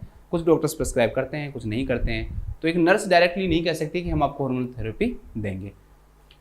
क्वेश्चन आएगा आगे तो बता दूंगा मैं आपको। इसके बाद है next question, question number 47। After a hysterosalpingo oophorectomy, भाई इसका तो सारा ही कर दिया, उसका यूट्रस भी रिमूव कर दिया, साल्पिंजो मतलब फैलोपियन ट्यूब भी रिमूव कर दिया, और ओफोरेक्टोमी का मतलब ओवरी भी रिमूव कर दिया। A client wants to know whether it would be wise for her to take hormones right away. वही क्वेश्चन जो मैं अभी बात कर रहा था, जिसकी डिस्कस कर रहा था, कि एक पेशेंट है दोस्तों, वो ये जानना चाहता है कि क्या ये मेरे लिए सही रहेगा कि मैं हॉर्मोन्स लूं मीनोपोज के सिम्टम को प्रिवेंट करने के लिए। अब उसको ये तो पता लगा भाई मीनोपोज के जो सिम्टम्स है वो आएंगे, क्योंकि सारी चीजें हटा दी, तो वो कह रही है कि क्या मुझे हॉर्मोन्स लेने चाहिए। तो what is the nurse most appropriate response, ठीक है। तो ये भी एक कंट्रोवर्शियल क्वेश्चन ही है कि इसमें क्या है दोस्तों कि नर्स है ना डायरेक्टली एडवाइस नहीं कर सकती है कि भाई आपको हॉर्मोन्स लेने चाहिए या नहीं लेने चाहिए। क्यों? क्योंकि ये वाला जो राइट है ना, ये किसके पास होता है? हेल्थ केयर प्रोवाइडर के पास ही होता है। हम उसको हार्मोनल थेरेपी के लिए नहीं तो हाँ कर सकते हैं, नहीं तो ना कर सकते हैं। क्यों? क्योंकि हार्मोनल थेरेपी देनी है या नहीं देनी, उसका जो प्रिस्क्रिप्शन है वो किसके ऊपर डिपेंड करता है? हेल्थ केयर प्रोवाइडर के ऊपर डिपेंड करता है। अगर हम पेशेंट को ये कहते हैं कि आपको लेनी है तो भी गलत कह रहे हैं, और अगर ये कहते हैं कि नहीं लेनी तो भी हम क्या कह रहे हैं? गलत कह रहे हैं। चलो ऑप्शन देखते हैं। पहला जो ऑप्शन है दोस्तों वो क्या है? It is best to wait because you may not have any symptoms, कि आपको कुछ इंतजार करना चाहिए कि हो सकता है कि आपको कोई सिम्टम ही नहीं है। तो ये बात तो बिल्कुल गलत कह दी। जब उस पेशेंट का यूट्रस रिमूव कर दिया, फैलोपियन ट्यूब रिमूव कर दी, ओवरी रिमूव कर दी, ओवरी के कारण उसके जो हॉर्मोन्स है वो नहीं रहेंगे, तो दोस्तों उसके अंदर सिम्टम्स आना तो क्या है? सिम्टम्स तो उसके अंदर आएंगे। और इसमें उसको तसल्ली देने के लिए, ठीक है, उसको सपोर्ट करने के लिए नर्स ने उसको ये कह दिया कि भाई आपको इंतजार करना चाहिए कि हो सकता है कि आपके अंदर सिम्टम नहीं आए। तो ये बात तो बिल्कुल क्या है दोस्तों? गलत है। उसके सिम्टम्स आना तो क्या है? पक्का है, क्योंकि इसमें तो डायरेक्टली दे दिया ना। पिछले वाले क्वेश्चन में तो सिर्फ हिस्टेरेक्टोमी लिखा था, तो नर्स को भी नहीं पता कि कौन से वाला हिस्टेरेक्टोमी होगा, कि ओवरी को रिमूव करेंगे या नहीं करेंगे। तो इसलिए नर्स ने कहा कि भाई अगर ओवरी को रिमूव किया तो सिम्टम आएंगे, अगर ओवरी को रिमूव नहीं किया तो सिम्टम नहीं आएंगे। लेकिन यहाँ पर क्वेश्चन में साफ दे दिया कि भाई हमने तो ओवरी को भी रिमूव कर दिया, हमने तो यूट्रस को भी कर दिया, और हमने तो साल्पिंग्स को, फैलोपियन ट्यूब को भी कर दिया। इसलिए ये बात कहना कि भाई आपको वेट करना चाहिए कि हो सकता है सिम्टम नहीं आए, बिल्कुल गलत बात है और गलत बात नहीं करनी चाहिए। सेकंड है, it is comforting to know that hormones are available if you should ever need them. मैंने आपको पहले बताया दोस्तों, इसमें कह रहे हैं कि भाई आप क्यों टेंशन कर रहे हो, हॉर्मोन्स हैं हमारे पास, दे देंगे जरूरत पड़ी तो। जैसे हम कहते हैं ना कोई नहीं बीमार हो गया दवाई दे देंगे, तो वो वाली बात कह दी। तो मैंने आपको कहा था हार्मोनल थेरेपी कंट्रोवर्शियल है, हमारे ऊपर डिपेंड नहीं है। ये हेल्थ केयर जो प्रोवाइडर है वही इसको क्या कर सकता है दोस्तों? प्रेस्क्राइब कर सकता है, और हार्मोन देने या नहीं देने वही डिसाइड करेगा। तो हम डिसाइड नहीं कर सकते इसमें। तो वो सीधा कह रहे हैं हार्मोन्स अवेलेबल है, दे देंगे अगर चाहिए तो वो बात बिल्कुल क्या है दोस्तों? गलत है। तो ऐसा एश्योरेंस जो होता है इसे हम फॉल्स एश्योरेंस के नाम से जानते हैं, कि आप उसको झूठी तसल्ली देकर उसको खुश करना चाह रहे हो। तो ये बात बिल्कुल गलत है। नेक्स्ट है, यू हैव टू वेट, आपको जब तक इंतजार करना चाहिए जब तक कि आपके जो सिम्टम्स है वो और ज़्यादा सीवियस नहीं हो जाएं। Otherwise hormones will have no effect, नहीं तो हार्मोन का कोई इफेक्ट नहीं होगा। ये करेंगे हार्मोन आपको है ना हम तभी देंगे जब आपको सिम्टम्स बहुत ज़्यादा सीवियर हो जाएंगे ना, तब देंगे, नहीं तो हार्मोन काम ही नहीं करेंगे। हार्मोन कब काम करते हैं? जब सीवियर हो जाएगा। तो ये तो और भी ज़्यादा गलत बात कह दी। ये जिसने कही थी ना उससे भी ज़्यादा उल्टी बात कही है इस नर्स ने यहाँ पे, तो ये बात क्या हो गई, बिल्कुल गलत हो गई। तो ये मैंने आपको पहले बता दिया, इसके लिए कौन रेस्पॉन्सिबल होता है, हेल्थ केयर प्रोवाइडर होता है रेस्पॉन्सिबल। इसलिए हम discuss with your health care provider because it is important to know your concern, क्योंकि ये चीज़ें किसके साथ डिस्कस करनी होगी, हेल्थ केयर प्रोवाइडर के साथ डिस्कस करनी होगी, क्योंकि ये चीज़ कौन बताएगा आपको, हेल्थ केयर प्रोवाइडर बताएगा आपके जो कंसर्न है इनके बारे में कि हार्मोन थेरेपी दी जाएगी या नहीं दी जाएगी। ठीक है, तो इस क्वेश्चन का आंसर हो जाएगा आंसर नंबर 4। ठीक है, तो लिखो हिस्टेरो साल्पिंगो ओफोरेक्टोमी के बाद हार्मोनल थेरेपी देने का डिसीजन, हार्मोनल थेरेपी देने का डिसीजन एससीपी का होता है, हेल्थ केयर प्रोवाइडर का होता है। सो अतः नर्स को पेशेंट को एससीपी से डिस्कशन के लिए कहना चाहिए,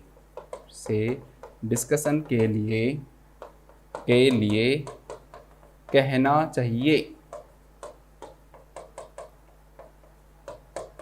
चलो नेक्स्ट क्वेश्चन पे आते हैं। Question number 48, after an abdominal hysterectomy, मैंने आपको बताया था हिस्टेरेक्टोमी के सारे तरीके बता दिए मैंने आपको कि वेजाइनल है या फिर टीएच है, तो एब्डोमिनल हिस्टेरेक्टोमी है यहाँ पे। The client returns to the unit with an indwelling catheter, उसके फोलेज कैथेटर लगा हुआ है दोस्तों, ठीक है, उसके फोलेज कैथेटर डला हुआ है, पहले से लगा हुआ है, तो उसको बोलेंगे इनड्वेलिंग कैथेटर लगा हुआ है। ठीक है, पेशेंट की कौन सी सर्जरी हुई थी, एब्डोमिनल हिस्टेरेक्टोमी हुई थी, ओटी में गया हुआ था, वापस आया, आपके पास आया, आपने देखा, आपने क्या देखा, उस पेशेंट के कैथेटर लगा हुआ है। सिंपल सी लैंग्वेज में, the nurse identifies that the urine in the client's collection bag has become increasingly sanguineous, मतलब कि जो ये पेशेंट था, ये जो पेशेंट है दोस्तों जिसके फोलेज लगा हुआ है, उसका जो यूरिन जो बैग है, उस यूरिन बैग थोड़ा थोड़ा क्या होता जा रहा है, वो ब्लड टिंग्ड होता जा रहा है, रेड होता जा रहा है, जिसे हम किस नाम से जानते हैं, सैंग्यूनियस के नाम से जानते हैं, और धीरे धीरे ये क्या हो रहा है, बढ़ रहा है। तो what complication does a nurse suspect, कि नर्स को कौन सा जो कॉम्प्लिकेशन है दोस्तों वो सस्पेक्ट करना चाहिए कि कौन सा कॉम्प्लिकेशन उसके हुआ होगा। तो इसमें बहुत अच्छी चीज लिखी है कि एब्डोमिनल लिखा है दोस्तों। एब्डोमिनल हिस्टेरेक्टोमी जब करते हैं ना, तो उस दौरान जब इंसिजन लगाया जाता है, ये सर्जरी की जाती है, तो कई बार ब्लैडर जो होता है, यूरिनरी जो ब्लैडर जो होता है ना दोस्तों, वो भी क्या हो जाता है, इंजर्ड हो जाता है। अगर यूरिनरी ब्लैडर इंजर्ड हो गया तो ब्लैडर के अंदर क्या होगी, ब्लीडिंग होगी, वो ब्लड यूरिनरी ब्लैडर में क्या होगा, कलेक्ट होगा, वो आगे की तरफ जाएगा और आगे की तरफ बाहर निकलेगा, तो बाहर फोलेज लगा हुआ है, उस फोलेज के अंदर वो ब्लड आएगा। तो पक्का इस सर्जरी के जो रिस्क है वो क्या रिस्क है कि अगर ब्लड आ रहा है तो चांसेज हैं, किस चीज़ के चांसेज हैं कि उस पेशेंट का यूरिनरी जो ब्लैडर है दोस्तों वो क्या हुआ है, उसमें कोई ना कोई इंजरी हुई है। चलो बात करते हैं। Option number 1, an incisional nick in the bladder, वही है, बस जब इंसीजन कर रहे थे तो वहां पर चुभ गया, कुछ ना कुछ चुभा है, कोई सुई लगी है वहां पे, किसके अंदर, ब्लैडर के अंदर, जिसके कारण ही ये कंडीशन देखने को मिल रही है। तो कितनी अच्छी कंडीशन बताई है उन्होंने। दूसरा दे रखा है option A, urinary infection from the catheter, कि भाई कैथेटर से यूरिनरी इन्फेक्शन हुआ होगा। भाई कैथेटर जब लगा है, उसके लगने के बाद इतनी जल्दी तो कभी भी क्या नहीं हो सकता, इन्फेक्शन नहीं हो सकता। ज़्यादातर ओटी के अंदर ही कैथेटर डाल देते हैं, कई बार वार्ड में डाल देते हैं, लेकिन अगर ये ऑपरेशन करते हैं उससे कुछ समय पहले ही डाला होगा, ठीक है, या लेकिन इसमें साफ लिखा हुआ है कि returns to the unit with indwelling catheter. इसका मतलब जब पेशेंट को हमने ओटी के लिए भेजा था उस समय कैथेटर नहीं था, जब वो वापस आया तब कैथेटर था, नहीं तो तभी तो बताने की जरूरत पड़ी इसमें।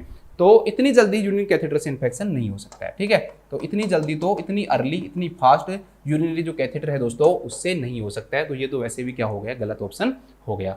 इसके बाद नेक्स्ट ऑप्शन क्या है, डिसएमिनेटेड इंट्रावेस्कुलर कोगुलोपैथी। हाँ, इस डिजीज के अंदर दोस्तों ब्लीडिंग होती है, सही बात है, बिल्कुल सही बात है।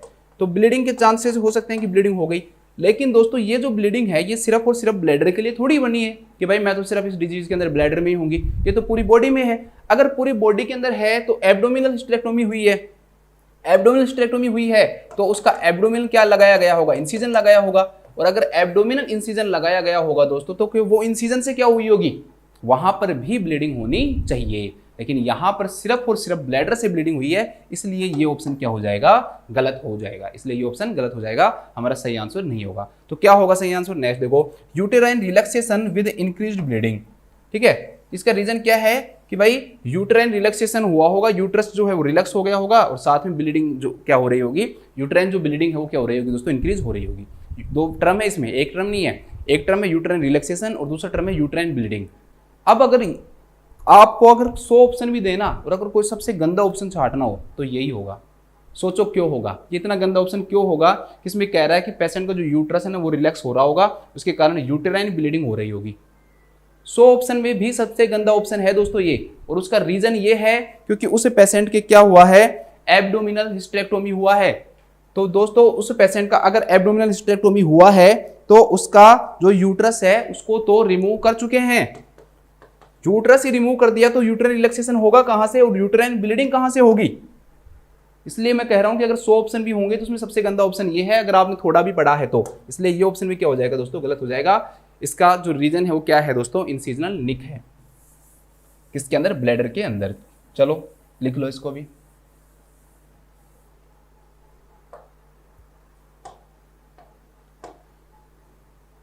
लिखो एब्डोमिनल हिस्टेरेक्टोमी के कारण, टोमी के कारण कई बार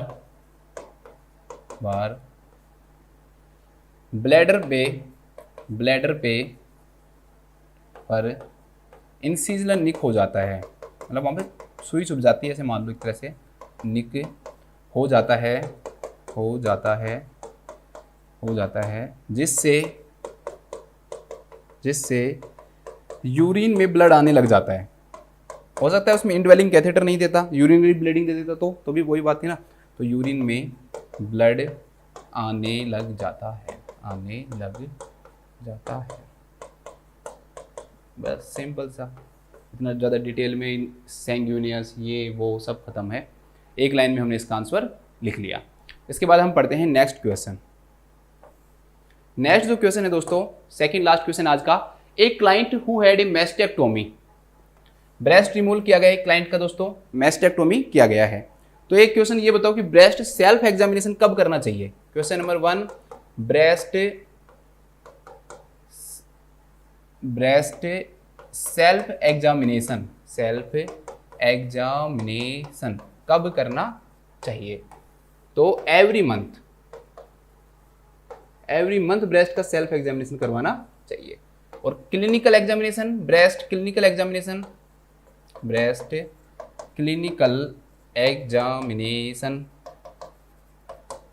ये हर साल में कम से कम एक बार, एवरी ईयर।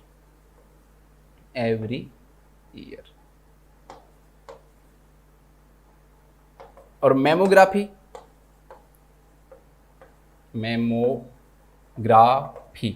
तो मेमोग्राफी अगर 40 से और 49 साल तक की एज है ना तो आप 1 से और 2 साल में करवा सकते हो, लेकिन 49 के बाद में हर साल करवाना जरूरी है, एवरी ईयर। ठीक है, ध्यान रखना। किसके लिए, ब्रेस्ट कैंसर को रोकने के लिए किया जाता है ना ये। तो ब्रेस्ट कैंसर को रोकने के लिए ब्रेस्ट सेल्फ एग्जामिनेशन हर महीने करना चाहिए, मेंसेस के बाद में करना चाहिए। ब्रेस्ट क्लिनिकल एग्जामिनेशन हर साल करवाना चाहिए एक बार, और मेमोग्राफी 40 से 49 में 1 से 2 साल में, और 49 साल के बाद में एवरी ईयर। तो उस पेशेंट का क्या हुआ, मैस्टेक्टोमी हुआ है, ठीक है, ब्रेस्ट कैंसर का पेशेंट होगा पक्का, उसके कारण उसका मैस्टेक्टोमी किया होगा, ब्रेस्ट जो है क्या किया गया होगा, रिमूव किया हुआ है, कट किया गया होगा, तो इसे मैस्टेक्टोमी के नाम से जानते हैं। Ask about the ERP positive. ERP क्या होता है दोस्तों, estrogen receptor protein. ERP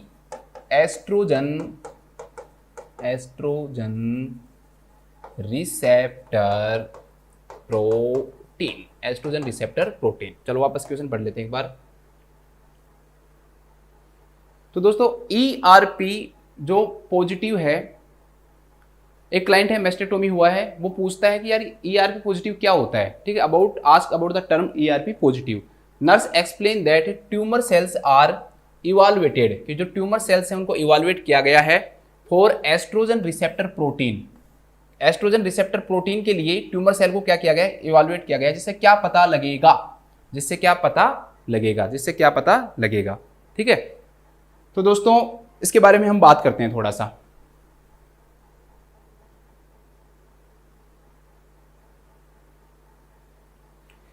actually में क्या होता है दोस्तों कि जो ब्रेस्ट के अंदर जो कैंसर सेल होती है ना, ब्रेस्ट के अंदर जो कैंसर सेल होती हैं उनके अंदर पाए जाते हैं रिसेप्टर्स। क्या पाए जाते हैं? रिसेप्टर्स। और ये रिसेप्टर्स एक प्रोटीन से क्या हो जाते हैं? बाइंड हो जाते हैं, जिसे हम किस नाम से जानते हैं? ERP के नाम से जानते हैं, एस्ट्रोजन रिसेप्टर प्रोटीन के नाम से हम इसे जानते हैं। बाइंड होने के बाद ये क्या करने लग जाते हैं दोस्तों? एस्ट्रोजन का जो सीक्रेशन है ना वो बढ़ाने लग जाते हैं, एस्ट्रोजन का सीक्रेशन बढ़ाने लग जाते हैं। और एस्ट्रोजन का सीक्रेशन बढ़ाने से इनकी जो ग्रोथ है ना, कैंसर सेल की जो ग्रोथ है दोस्तों वो भी क्या हो जाती है? बढ़ जाती है। कैंसर सेल की ग्रोथ भी क्या हो जाती है? बढ़ जाती है। ठीक है। ब्रेस्ट की कैंसर सेल के अंदर रिसेप्टर्स पाए जाते हैं, वो इस ERP से जुड़ जाते हैं, जिसे हम किस नाम जानते हैं? एस्ट्रोजन रिसेप्टर प्रोटीन के नाम से जानते हैं। इनसे जुड़ने के बाद एस्ट्रोजन का लेवल बढ़ जाता है और इसके बढ़ने से ग्रोथ बढ़ती है। तो हमें एस्ट्रोजन के लेवल को क्या करना पड़ेगा दोस्तों? कम करना पड़ेगा। इसके लिए हम क्या करते हैं? हार्मोनल थेरेपी देते हैं। क्या देते हैं? हार्मोनल थेरेपी देते हैं, जिससे कि एस्ट्रोजन का लेवल क्या हो जाए दोस्तों? कम हो जाए। क्या देते हैं? हार्मोनल थेरेपी देते हैं, ताकि उस पेशेंट का एस्ट्रोजन का जो लेवल है दोस्तों वो क्या हो जाए? डिक्रीज हो जाए। तो एस्ट्रोजन रिसेप्टर्स वो प्रोटीन होती हैं जो ब्रेस्ट कैंसर सेल में पाई जाती हैं। अगर वो पॉजिटिव पाई गई हैं, इसका मतलब ये है दोस्तों कि उस पेशेंट के अंदर एस्ट्रोजन का लेवल बढ़ा हुआ है और उसकी ग्रोथ क्या है? कैंसर सेल की ओर बढ़ेगी। तो उस पेशेंट को हार्मोनल थेरेपी की क्या जरूरत है, ताकि उसका एस्ट्रोजन का लेवल क्या हो जाए दोस्तों? कम हो जाए। जिस ब्रेस्ट कैंसर के पेशेंट के अंदर ERP नेगेटिव पाया जाएगा, इसका मतलब दोस्तों उनका एस्ट्रोजन नहीं बढ़ा है, तो उसका हमें हार्मोनल थेरेपी देने की कोई जरूरत नहीं है। हार्मोनल थेरेपी देने की कोई जरूरत नहीं है। हम और कोई सा जो ट्रीटमेंट है दोस्तों उसके अंदर वो यूज करेंगे। यहाँ पर हम हार्मोनल थेरेपी देके ट्रीटमेंट कर सकते हैं। क्यों? क्योंकि ये एस्ट्रोजन बढ़ रहा है तब ग्रोथ हो रही है। हमें रीजन पता लग गया है ना कि ब्रेस्ट की कैंसर सेल क्यों बढ़ रही है? ताकि एस्ट्रोजन बढ़ रहा है। तो हम क्या करेंगे? एस्ट्रोजन को कम करेंगे। तो एस्ट्रोजन को कम करने के लिए हम हार्मोनल थेरेपी चलाएंगे। लेकिन अगर ये ERP नेगेटिव आता, मतलब कि ये रिसेप्टर्स इस ERP के साथ नहीं जुड़ते, तो ये नेगेटिव हो जाता, तो उसका कारण एस्ट्रोजन नहीं होता, और कोई रीजन होता किसका? जो ब्रेस्ट के अंदर जो कैंसर हो रहा है उसकी सेल्स की ग्रोथ होने का। तो फिर हम हार्मोनल थेरेपी देने का कोई फायदा है नहीं। क्यों? एस्ट्रोजन तो बढ़ ही नहीं रहा है। तो उस कंडीशन के अंदर हम दोस्तों दूसरा कोई ट्रीटमेंट देखते। अब इस क्वेश्चन में देख लेते हैं। क्वेश्चन में यही कह रहा है कि एक क्लाइंट है, उसका मैस्टेक्टोमी हुआ है और उसके बारे में पूछा गया भाई ERP पॉजिटिव का मतलब क्या होता है। अब उसको नर्स समझा रही है कि भाई आपके जो ट्यूमर सेल हैं उनके अंदर हम ये प्रोटीन ढूंढ रहे हैं, एस्ट्रोजन रिसेप्टर जो प्रोटीन है, हमने इनको चेक किया है, इनसे क्या पता लगेगा? ERP पॉजिटिव होगा तो क्या पता लगेगा? पहला है कि भाई आपको नीड फॉर सप्लीमेंटल एस्ट्रोजन, कि अगर आपका ERP पॉजिटिव आ गया तो हम आपको जो एस्ट्रोजन है वो और देंगे। दोस्तों एक बात बताओ, मैंने आपको अभी बताया है, एस्ट्रोजन और दोगे या एस्ट्रोजन को कम करवाओगे? एस्ट्रोजन और दोगे या एस्ट्रोजन को कम करवाओगे? तो आप सीधा सीधा कहोगे कि सर हम एस्ट्रोजन को कम करवाएंगे। और इस ऑप्शन में क्या कह रहा है ये कि आपको सप्लीमेंटल एस्ट्रोजन, मतलब और ज्यादा एस्ट्रोजन देने की क्या है? जरूरत है। तो ये तो उल्टी बात कह दी उसने। कैसी बात कह दी? बावड़ी बात कह दी, उल्टी बात कह दी। ऐसी बात मत करो।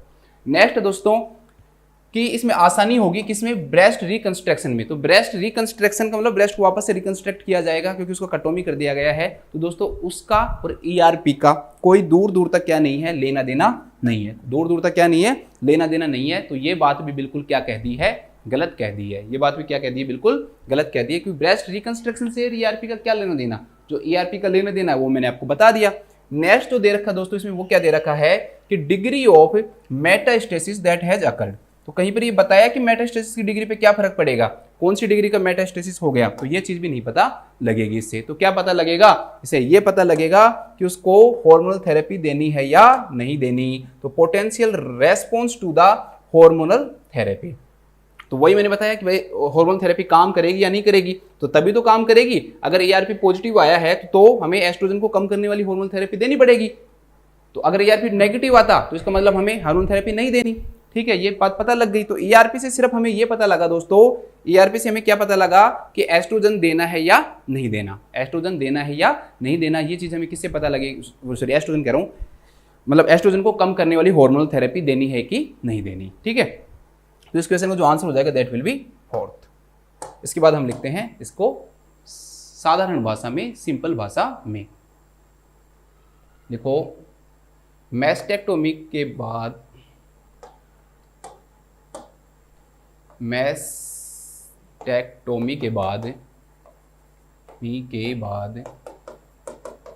ERP पॉजिटिव होने का मतलब ये है, पॉजिटिव होने का मतलब ये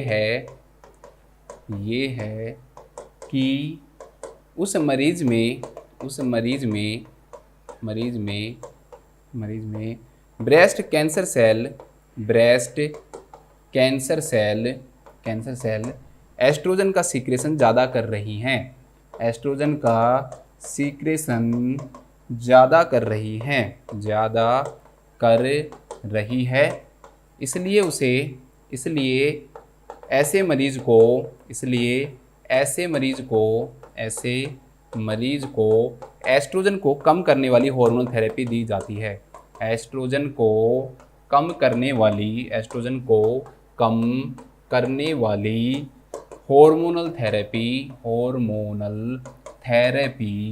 दी जाती है। नेगेटिव वाले को नहीं दी जाती है, किसको दी जाती है? जो पॉजिटिव होता है उसको। इसके बाद हम देखते हैं आज का हमारा लास्ट क्वेश्चन, और एक बार आपको 5 मिनट में या 2 मिनट में मैं रिवाइज करवा दूंगा। लास्ट क्वेश्चन है दोस्तों हमारे सामने। आज थोड़े से अच्छे क्वेश्चन थे ना। A nurse is caring for a client who just had a mastectomy. बिल्कुल फैक्चुअल क्वेश्चन है ये, ज़्यादा टफ नहीं है। कि एक क्लाइंट है जिसका मैस्टेक्टोमी हुआ है तो उसको कौन सी पोजीशन दी जाएगी। तो मैस्टेक्टोमी के क्लाइंट को कैसी पोजीशन दी जाती है दोस्तों? उसको पिल्लों पे हाथ रखवाए जाते हैं, और जो हाथ है, हैंड है, उनको थोड़ा सा क्या किया जाता है? अप किया जाता है, ऊंचा किया जाता है पिल्लों के द्वारा। ठीक है, जिससे क्या होगा दोस्तों?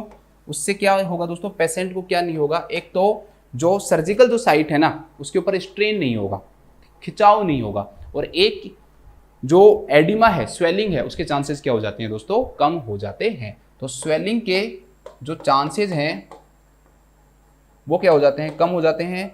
और एक जहां पर सर्जरी हुई है उसके स्ट्रेन के जो चांसेस है, खिंचाव के जो चांसेस हैं दोस्तों, वो भी कम हो जाते हैं। तो सिंपल सा इसको आपको याद रखना पड़ेगा कि on pillows with the hand higher than the arm, ये रखना पड़ता है कि पिल्लो के ऊपर रखते हैं, हैंड थोड़े से क्या रहते हैं? हाई रहते हैं आर्म से। ठीक है, यही इसका हो जाएगा आंसर थर्ड। पहला दे रखा है इन addiction supported by sand bag, मतलब सैंड बैग का यूज करते हुए हम एडेक्शन करवाएंगे। भाई सैंड बैग से कोई भी चीज़ अगर हम बांधते हैं ना, ठीक है, आपने सैंड बैग का अगर यूज करके बांधते हैं तो उसको मतलब एक जगह रोक रहे हो, आप उसको इमोबिलाइज करवा रहे हो। ठीक है, जैसे कोई लटकाते नहीं है कि जो ट्रैक्शन करते हैं भाई नीचे वो बांध देते हैं, ईंटें बांध देते हैं इंडिया में, तो वहाँ पर सैंड बैग होते हैं। तो सैंड बैग से कोई भी चीज़ करोगे तो उसको फिक्स कर रहे हो, और यहाँ पर इमोबिलाइजेशन नहीं करेंगे हम। यहाँ पर दोनों में सैंड बैग दे रखा है, वैसे ही गलत हो जाएंगे ये। इमोबिलाइजेशन मतलब एक ही जगह रोकना, बिल्कुल एक जगह रोककर नहीं रखते हैं हम। ठीक है, तो इमोबिलाइजेशन नहीं किया जाता पहली बात, और एडेक्शन तो बिल्कुल ही नहीं किया जा सकता है। ठीक है, एडेक्शन तो बिल्कुल भी नहीं किया जाता है। एबडेक्शन थोड़ा बहुत किया जा सकता है, लेकिन फिर भी सैंड बैग का यूज करते हैं हम, इमोबिलाइज नहीं करेंगे। मेन जो पोजीशन है वो यही करेंगे कि on pillows with the hand higher than the arm. इसमें दे रखा है with the arm lower than the level of the heart. अगर आपने आर्म को दोस्तों नीचे कर दिया ना, तो आपने जो वेनस रिटर्न है उसको बढ़ा दिया, और अगर वेनस रिटर्न अगर बढ़ गया तो एडिमा के जो चांसेस है ना दोस्तों, वो क्या हो जाएंगे? स्वेलिंग या एडिमा के चांसेस और ज़्यादा बढ़ जाएंगे। एडिमा या स्वेलिंग के जो चांसेस है दोस्तों वो और ज़्यादा बढ़ जाएंगे। क्यों? क्योंकि वेनस रिटर्न बढ़ेगा, वेनस रिटर्न बढ़ेगा, इसलिए एडिमा के जो चांसेस हैं वो भी क्या हो जाएंगे दोस्तों? बढ़ जाएंगे। कम हो जाएगा वेनस रिटर्न, बढ़ेगा कैसे? अगर लोअर होगा, आर्म लोअर होंगे तो वापस जो जाएगा वो कम होगा, तो वहाँ पर फ्लूइड ज़्यादा रहेगा, और फ्लूइड ज़्यादा रहेगा तो वहाँ पर एडिमा क्या होगी? ज़्यादा होगी। कम करना है इसको। चलो अब इसको लिख लो, सिंपल से लिखो इसमें तो कि मैस्टेक्टोमी के बाद कौन सी पोजीशन दी जाती है। सिंपल यही लाइन लिखाऊंगा बस। मैस्टेक्टोमी के बाद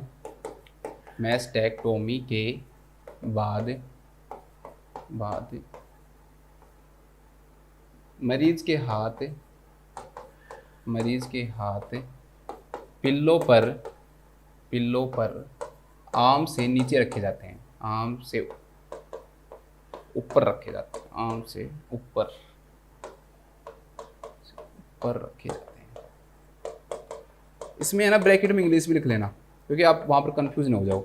on pillows with the hand higher, arm ऊपर रखे जाते हैं ना, विद द हैंड जो है वो ऊपर रखे जाते हैं, के हाथ लिखना, हैंड, मरीज के हैंड पिल्लों पर, मैस्टेक्टोमी के बाद मरीज के हैंड पिल्लों पर आर्म से ऊपर रखे जाते हैं। On pillows with the hand higher than arm, higher than arm. ठीक है, तो ये हमारे 50 क्वेश्चन हो गए। आज के क्वेश्चन को 1 मिनट में आपको रिपीट करवाता हूं मैं। 1 मिनट रिपीट करते हैं। पहला सर्वाइकल कैंसर की जो स्टेज 0 होती है उसमें क्या होता है, कार्सिनोमा C2 होता है, कार्सिनोमा C2 होता है। इसके बाद दूसरा जो क्वेश्चन था उसमें हमने क्या पढ़ा था कि अगर कोई भी मदर जिसने डाईएथिलीस्टिबिस्ट्रोल लिया है तो उसकी बेटी को भी उसके साइड इफेक्ट हो सकते हैं, उसको कैंसर हो सकता है। ठीक है, तो इसलिए हमें पेशेंट को पूछना चाहिए कि क्या आपकी माँ ने कभी हार्मोनल जो थेरेपी है वो ली है या नहीं ली है। इसके बाद नेक्स्ट क्वेश्चन क्या है दोस्तों कि सर्वाइकल कोनाइजेशन के बाद 3 से 5 दिन तक वेजाइनल डिस्चार्ज होना नॉर्मल एक्सपेक्टेशन है। इसके बाद अगला क्वेश्चन क्या है कि रेडियो एक्टिव सील्ड इम्प्लांट वाले पेशेंट की केयर देने के बाद नर्स को लेड एप्रॉन पहनकर रूम से बाहर निकलते समय बैकवर्ड चलना चाहिए, उल्टा। इसके बाद दे रखा है पेन स्टेक्टोमी के बाद पीरियड्स नहीं आते हैं। तो ये तो एक सेंटेंस कितना सिंपल हो गया, पूरा क्वेश्चन ही आपका। इसके बाद नेक्स्ट क्वेश्चन है दोस्तों कि अगर हिस्टेरेक्टोमी के साथ ओवरी को भी रिमूव कर दिया जाए तो फीमेल को मेनोपॉज के सिम्टम्स आ सकते हैं। ठीक है,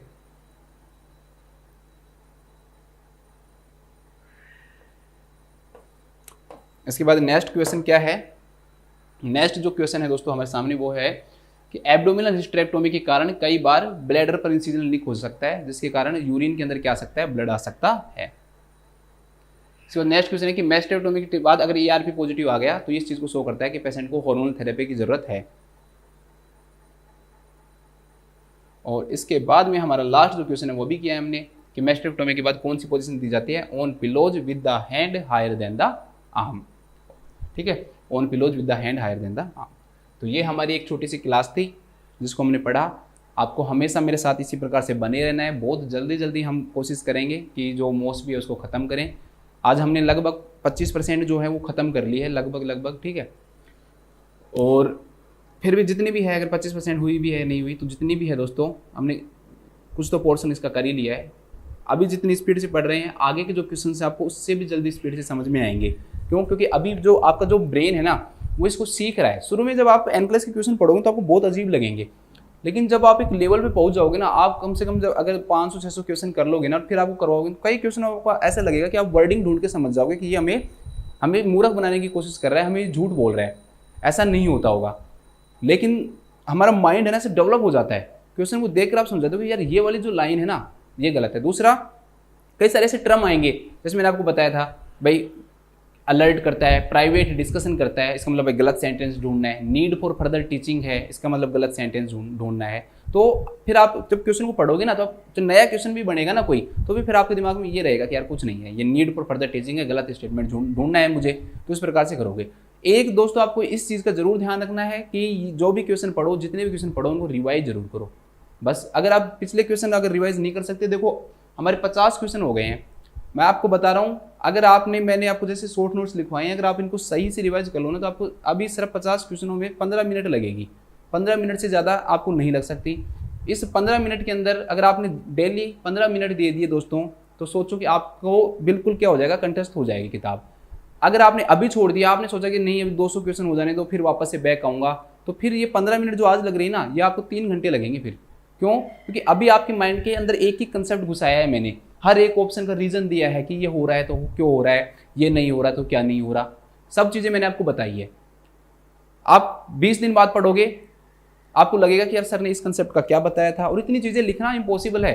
कोई बच्चा अगर ये सोच रहा हो कि मैं आप पढ़ा रहा हूँ और हर चीज़ें लिख रहा है, तो नहीं लिख सकते हम, क्योंकि कितनी चीज़ें एक टीचर बोलता है, कंटिन्यू बोलता है। ऑनलाइन का सबसे अच्छा फायदा ये है कि मैं कंटिन्यू मुझे बोलना पड़ता है। 1 घंटे की क्लास है तो 1 घंटे तक मैं कितने वर्ड यूज करता हूँ कि आप सारे लिख सकते हो। अगर आप सारे लिखोगे ना, तो वो मोस्ट वीक जो N क्लास है वो बुक तो इतनी है, फिर वो आपको इतनी बड़ी बुक खुद की आ जाएगी आपकी एक और, तो वो चीज़ें तो इम्पॉसिबल है। तो उस चीज़ को कैसे आप खुद कैसे याद कर सकते हो, जो मैंने बोला है वो हर चीज़, वो आपको तब याद होगी जैसे ही मैंने आपको पढ़ाया है, उसको आप घर जाके क्या करोगे, रिवाइज करोगे। आप एक बार आपको जब आप स्टार्टिंग में पढ़ते हो, जैसे मैंने आपको पढ़ाया, अगर आप उसको जब रिपीट कर लेते हो ना, तो आपको बहुत कम टाइम लगेगा उस क्लास को। ये पूरी जो क्लास है ना, इसका अगर आप क्वेश्चंस को रिवाइज करने बैठोगे ना, आपको 5 मिनट से ज़्यादा नहीं लगेंगे 10 क्वेश्चनों में, मैक्सिमम बता रहा हूँ ये तो मैं आपको, 5 मिनट नहीं तो कुछ तो ऐसे बच्चे होंगे जिनको रट चुके होंगे, तो उनको तो 2 ही मिनट लगेगी। ठीक है, तो और बाकी की जो क्लासेज हैं उनको भी अगर आप एक साथ रिवाइज करने लगोगे ना, तो भी आपको 15 मिनट लगेगी। अभी सिर्फ 15 मिनट लग रही है, सोचो कि क्यों टाइम खराब करना, जो चीज़ पढ़ ली है उसको कर लो। बाद में आप इसके लिए 2 घंटे भी तो देने वाले हो ना, तो आपको इससे क्या करना होगा, आपको इससे बचना होगा।